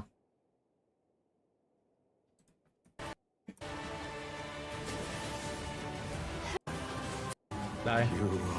Đấy, sau khi mà nói xong là hy vọng anh thích cái vai diễn của mình trong vòng 500 năm qua thì mới đến cái câu này, Nuvelet mới bảo là cô đúng là xảo quyệt đấy, Fosalo. Đó. Nếu là tôi cảm thấy cái đoạn này nó hợp lý, đương nhiên là hoàn toàn là cái phân tích này nó hoàn toàn có thể kiểu nhảm xiết đấy, chứ chỉ nói chuyện cho vui thôi ấy. Theo những gì mà cái đoạn trailer 4 phút này cho ấy, mà còn không biết là có phải thật hay không ấy. Đấy, nhưng mà tôi nghĩ là đoạn ghép sau đoạn đấy thì sẽ khá là hợp lý. Và tôi cảm giác cái người múa này là Fosalo, không phải Furina. Một là áo đen, hai đấy là cái phong thái. Kiểu một con bé nó suốt ngày nó ăn nói kiểu các thứ, nó có vẻ là mặt nó trông buồn với cả nó trông nhã nhặn như này được.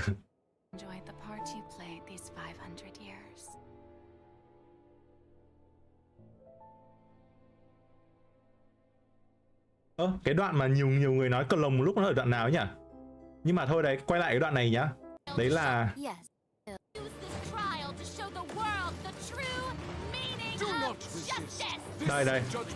đây đó là đoạn này. You have never been as superficial as you have presented yourself to be. No more excuses. Why should we acknowledge it? Why did you deceive us? Đó. Rồi, ok. Cái đoạn này em có chắc là Mi sơ chơi cũng chưa hiểu đoạn này kỹ lắm đúng không? Nhưng mà anh có một cái giả thuyết ở đoạn này. Đấy là Fosalo nhá, là thủy thần đời đầu. Chúng ta sẽ phân biệt Fosalo với cả Furina nhá. Anh sẽ nói hai người đấy, một là Fosalo, hai là Furina. Fosalo sẽ xuất hiện, rất có thể là sẽ xuất hiện từ khung máy chỉ phán quyết xuất hiện ra. Và cô ấy là người muốn phán xét Furina. Ok. Và Furina bị xử tử như là cái ban đầu đúng không? Xử tử. Nhưng mà em biết là chuyện gì? Theo anh dự đoán ấy, thì sau khi Furina xử tử ấy, thì Fusena sẽ xuất hiện true form của mình. Đó cũng chính là lúc cái mũ rơi xuống. Có nghĩa là Furina sẽ hóa lại thành, nếu anh dự đoán, đâu, thành một Oceanid, thành một tinh linh nước trong ấy. Có nghĩa là theo cái câu chuyện dòng đây là Fosalo xuất hiện lại. Fosalo muốn xử Furina vì một lý do đấy, có thể là vì lý do bất kỳ lý do gì chúng ta không biết được bây giờ, nhưng mà vì lý do đấy muốn xử tử Furina. Furina bị xử tử, nhưng mà xử tử ở đây có nghĩa là kết thúc cái danh hiệu Furina, có nghĩa là Furina đã chết, không còn Furina nữa và một người mới được sinh ra. Fosalo xử tử Furina có nghĩa là có thể cái xử tử này đừng nghĩ xử tử là xấu nha. Xử tử có nghĩa là Furina coi như đã hoàn thành nhiệm vụ của mình rồi, cái sứ mệnh của cái con người tên là Furina đấy đã xong, và giờ Furina đấy có thể yên nghỉ được rồi. Và thực sự bây giờ chúng ta sẽ mới có một thời kỳ tự do mới cho Furina. Hơi lẫn một tí nhưng mà mọi người cố gắng theo. Thì lúc đấy chính là lý do tại sao mà Furina sau có Vision. Hiểu không? Furina vốn chỉ là một phần của Fosalo tách ra để thực hiện cái nhiệm vụ là gìn giữ Fontaine thôi. Đến bây giờ thì nhiệm vụ của Furina xong rồi, và Fosalo quyết định là sẽ xử tử Furina.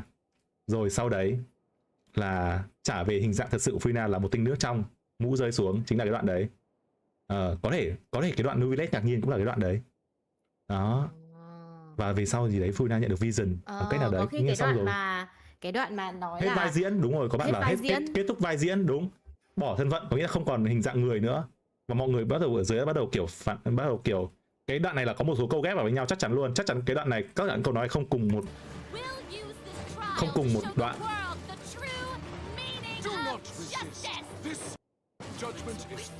Đấy, cái câu do not resist với cái câu bộ dạng của họ, hai câu này không trong cùng một đoạn. Chắc là như thế. Phân tích hợp lý thì tôi cũng thấy nó cũng khá là hợp lý từ theo những cái sự kiện từ trước đến giờ. Thì khả năng cao là như thế. Chúng ta hay bị đánh lừa bởi những cái này. Đấy, tử hình không? Nghe rất là ghê đúng không? Biết đâu đó là cái tốt. Tại vì chắc chắn Furina về sau vẫn còn sống mà.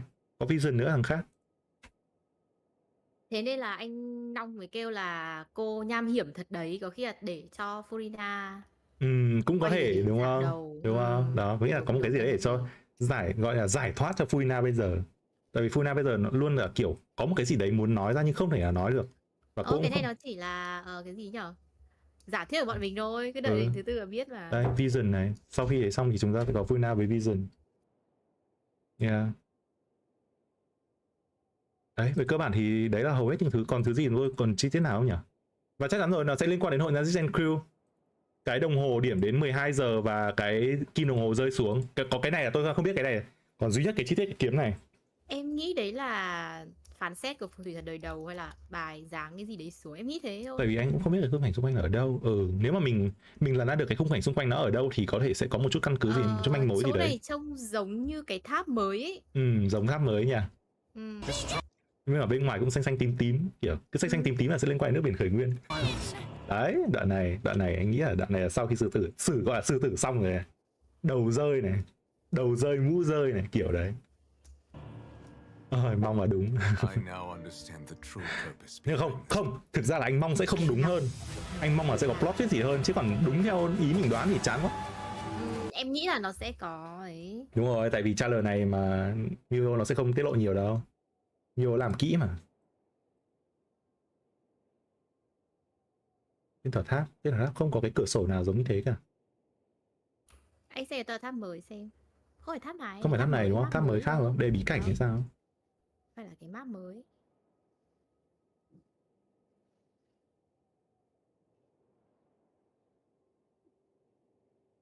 Hình như cái đoạn giới thiệu Furina là nó có giới thiệu cả map mới ấy anh.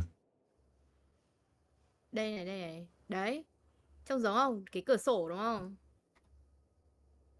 Issues with the primordial sea. Close to the water, didn't have a chance to escape.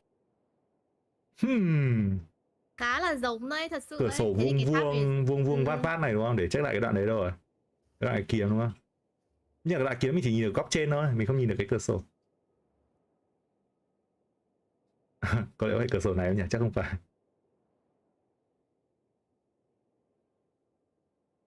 Cái kiếm ở đâu? Nếu mà đúng thì chỗ này nó khá là quan trọng. Đây, đoạn này. Đúng rồi, đấy nó lại đen thui ạ. Cay thật.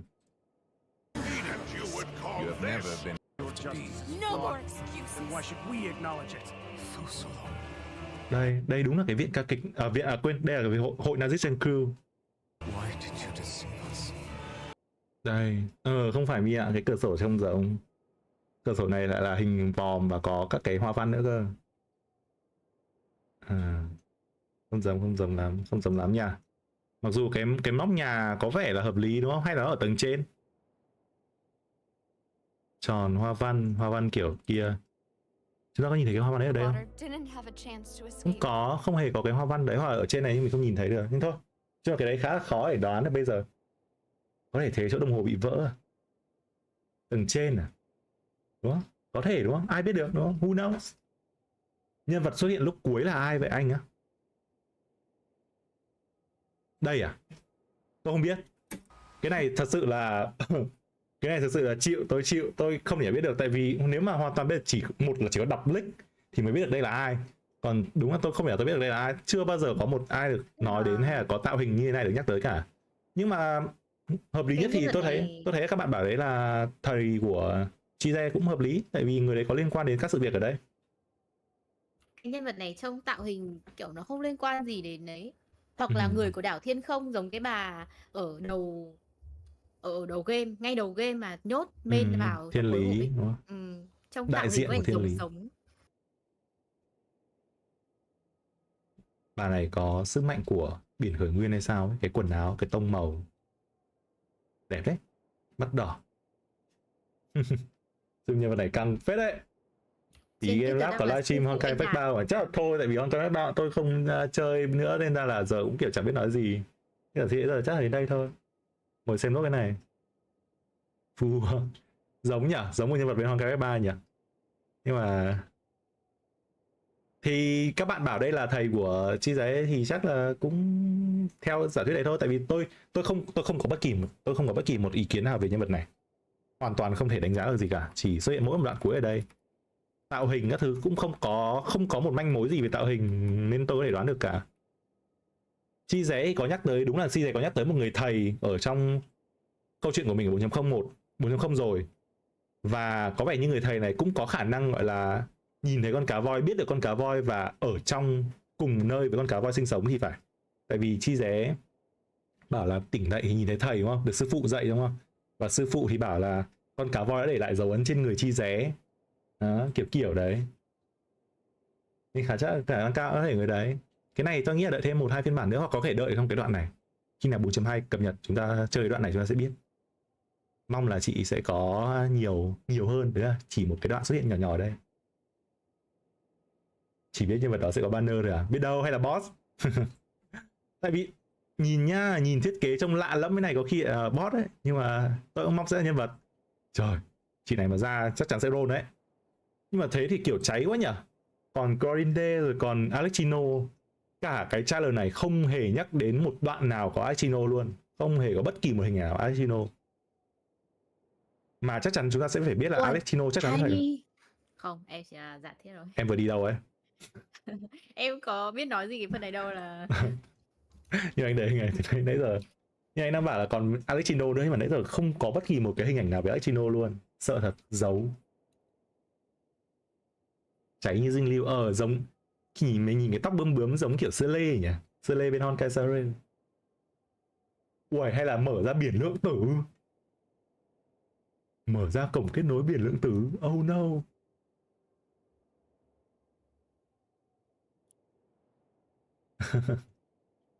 Xem xong trailer 4.2 Genshin quên luôn trailer HR. Thật kiểu trailer của Genshin nó cháy quá. Thì bên HR cũng biết thế họ nhường lại. HR lại bản sau cháy, bản sau của HR lại cháy. Đẹp, như vậy đẹp, thiết kế nhìn qua thấy kiểu chúng ta là phái nam, phái mạnh, chúng ta nhìn cái này thích ngay. Mi nhận xét gì nhân vật này? Em thấy là nhân vật này thì cái tạo hình nó không liên quan gì đến game cả. Trông lạ. Trông giống dinh lưu. Thế em cũng chưa bao giờ thấy một cái leak nào liên quan nhân vật này. Rồi, nói chung là thứ tư lần sau là biết rồi các mọi người ạ. Thứ tư lần sau là ngon rồi. Ok. Đợi đến thứ tư lần sau nhá. Thì thứ tư lần sau tôi sẽ livestream thay cho Mi buổi thứ tư lần sau livestream. Chúng ta sẽ có roll, đầu tiên sẽ có tiết mục roll Fuina. Yes, mở đầu của cái stream của roll bùng nổ. Tôi biết là ở đây chắc phải đến 89% mọi người đều mong tôi roll trượt, nhưng mà yên tâm, mọi người cứ mong tôi roll trượt thì tôi sẽ roll trúng. Reverse nữa không? Tâm lý đảo ngược. Xong rồi đấy là nếu hôm đấy mà roll chắc là sẽ có giveaway nhỉ? Giveaway roll cho cháy. Kiểu Mi có ý tưởng giveaway, nói chung là đến hôm đấy nhá. Đến hôm đấy tôi sẽ tính sau. Tôi sẽ cố gắng giveaway một cái gì đấy hôm đấy, tại vì tuần này cũng chưa có nhiều giveaway lắm. Alexino true form à? No. Tuần sau thứ tư chẳng biết còn sống không nữa. Ủa? Thế thì chơi xong rồi chúng ta sẽ làm luôn nhiệm vụ ma thần hôm thứ tư đấy. Chắc chắn rồi. Roll Fuina, giveaway, làm nhiệm vụ ma thần thứ tư tuần sau. Let's go. Còn hôm nay chắc đến đây thôi nhỉ? Ok, nghỉ rồi. Nghỉ thôi. Bye bye mọi người. Bye bye mọi người. Bye bye mọi người. Bye bye. Hẹn gặp thứ tư nha. Chủ nhật nữa hả? Còn chủ nhật mà. Đúng rồi. Còn chủ nhật nữa. Hẹn gặp lại chủ nhật. Bye bye. Bye bye. Bye bye bye bye. Không phải, đây là Bible Black. Bye bye mọi người, bye bye.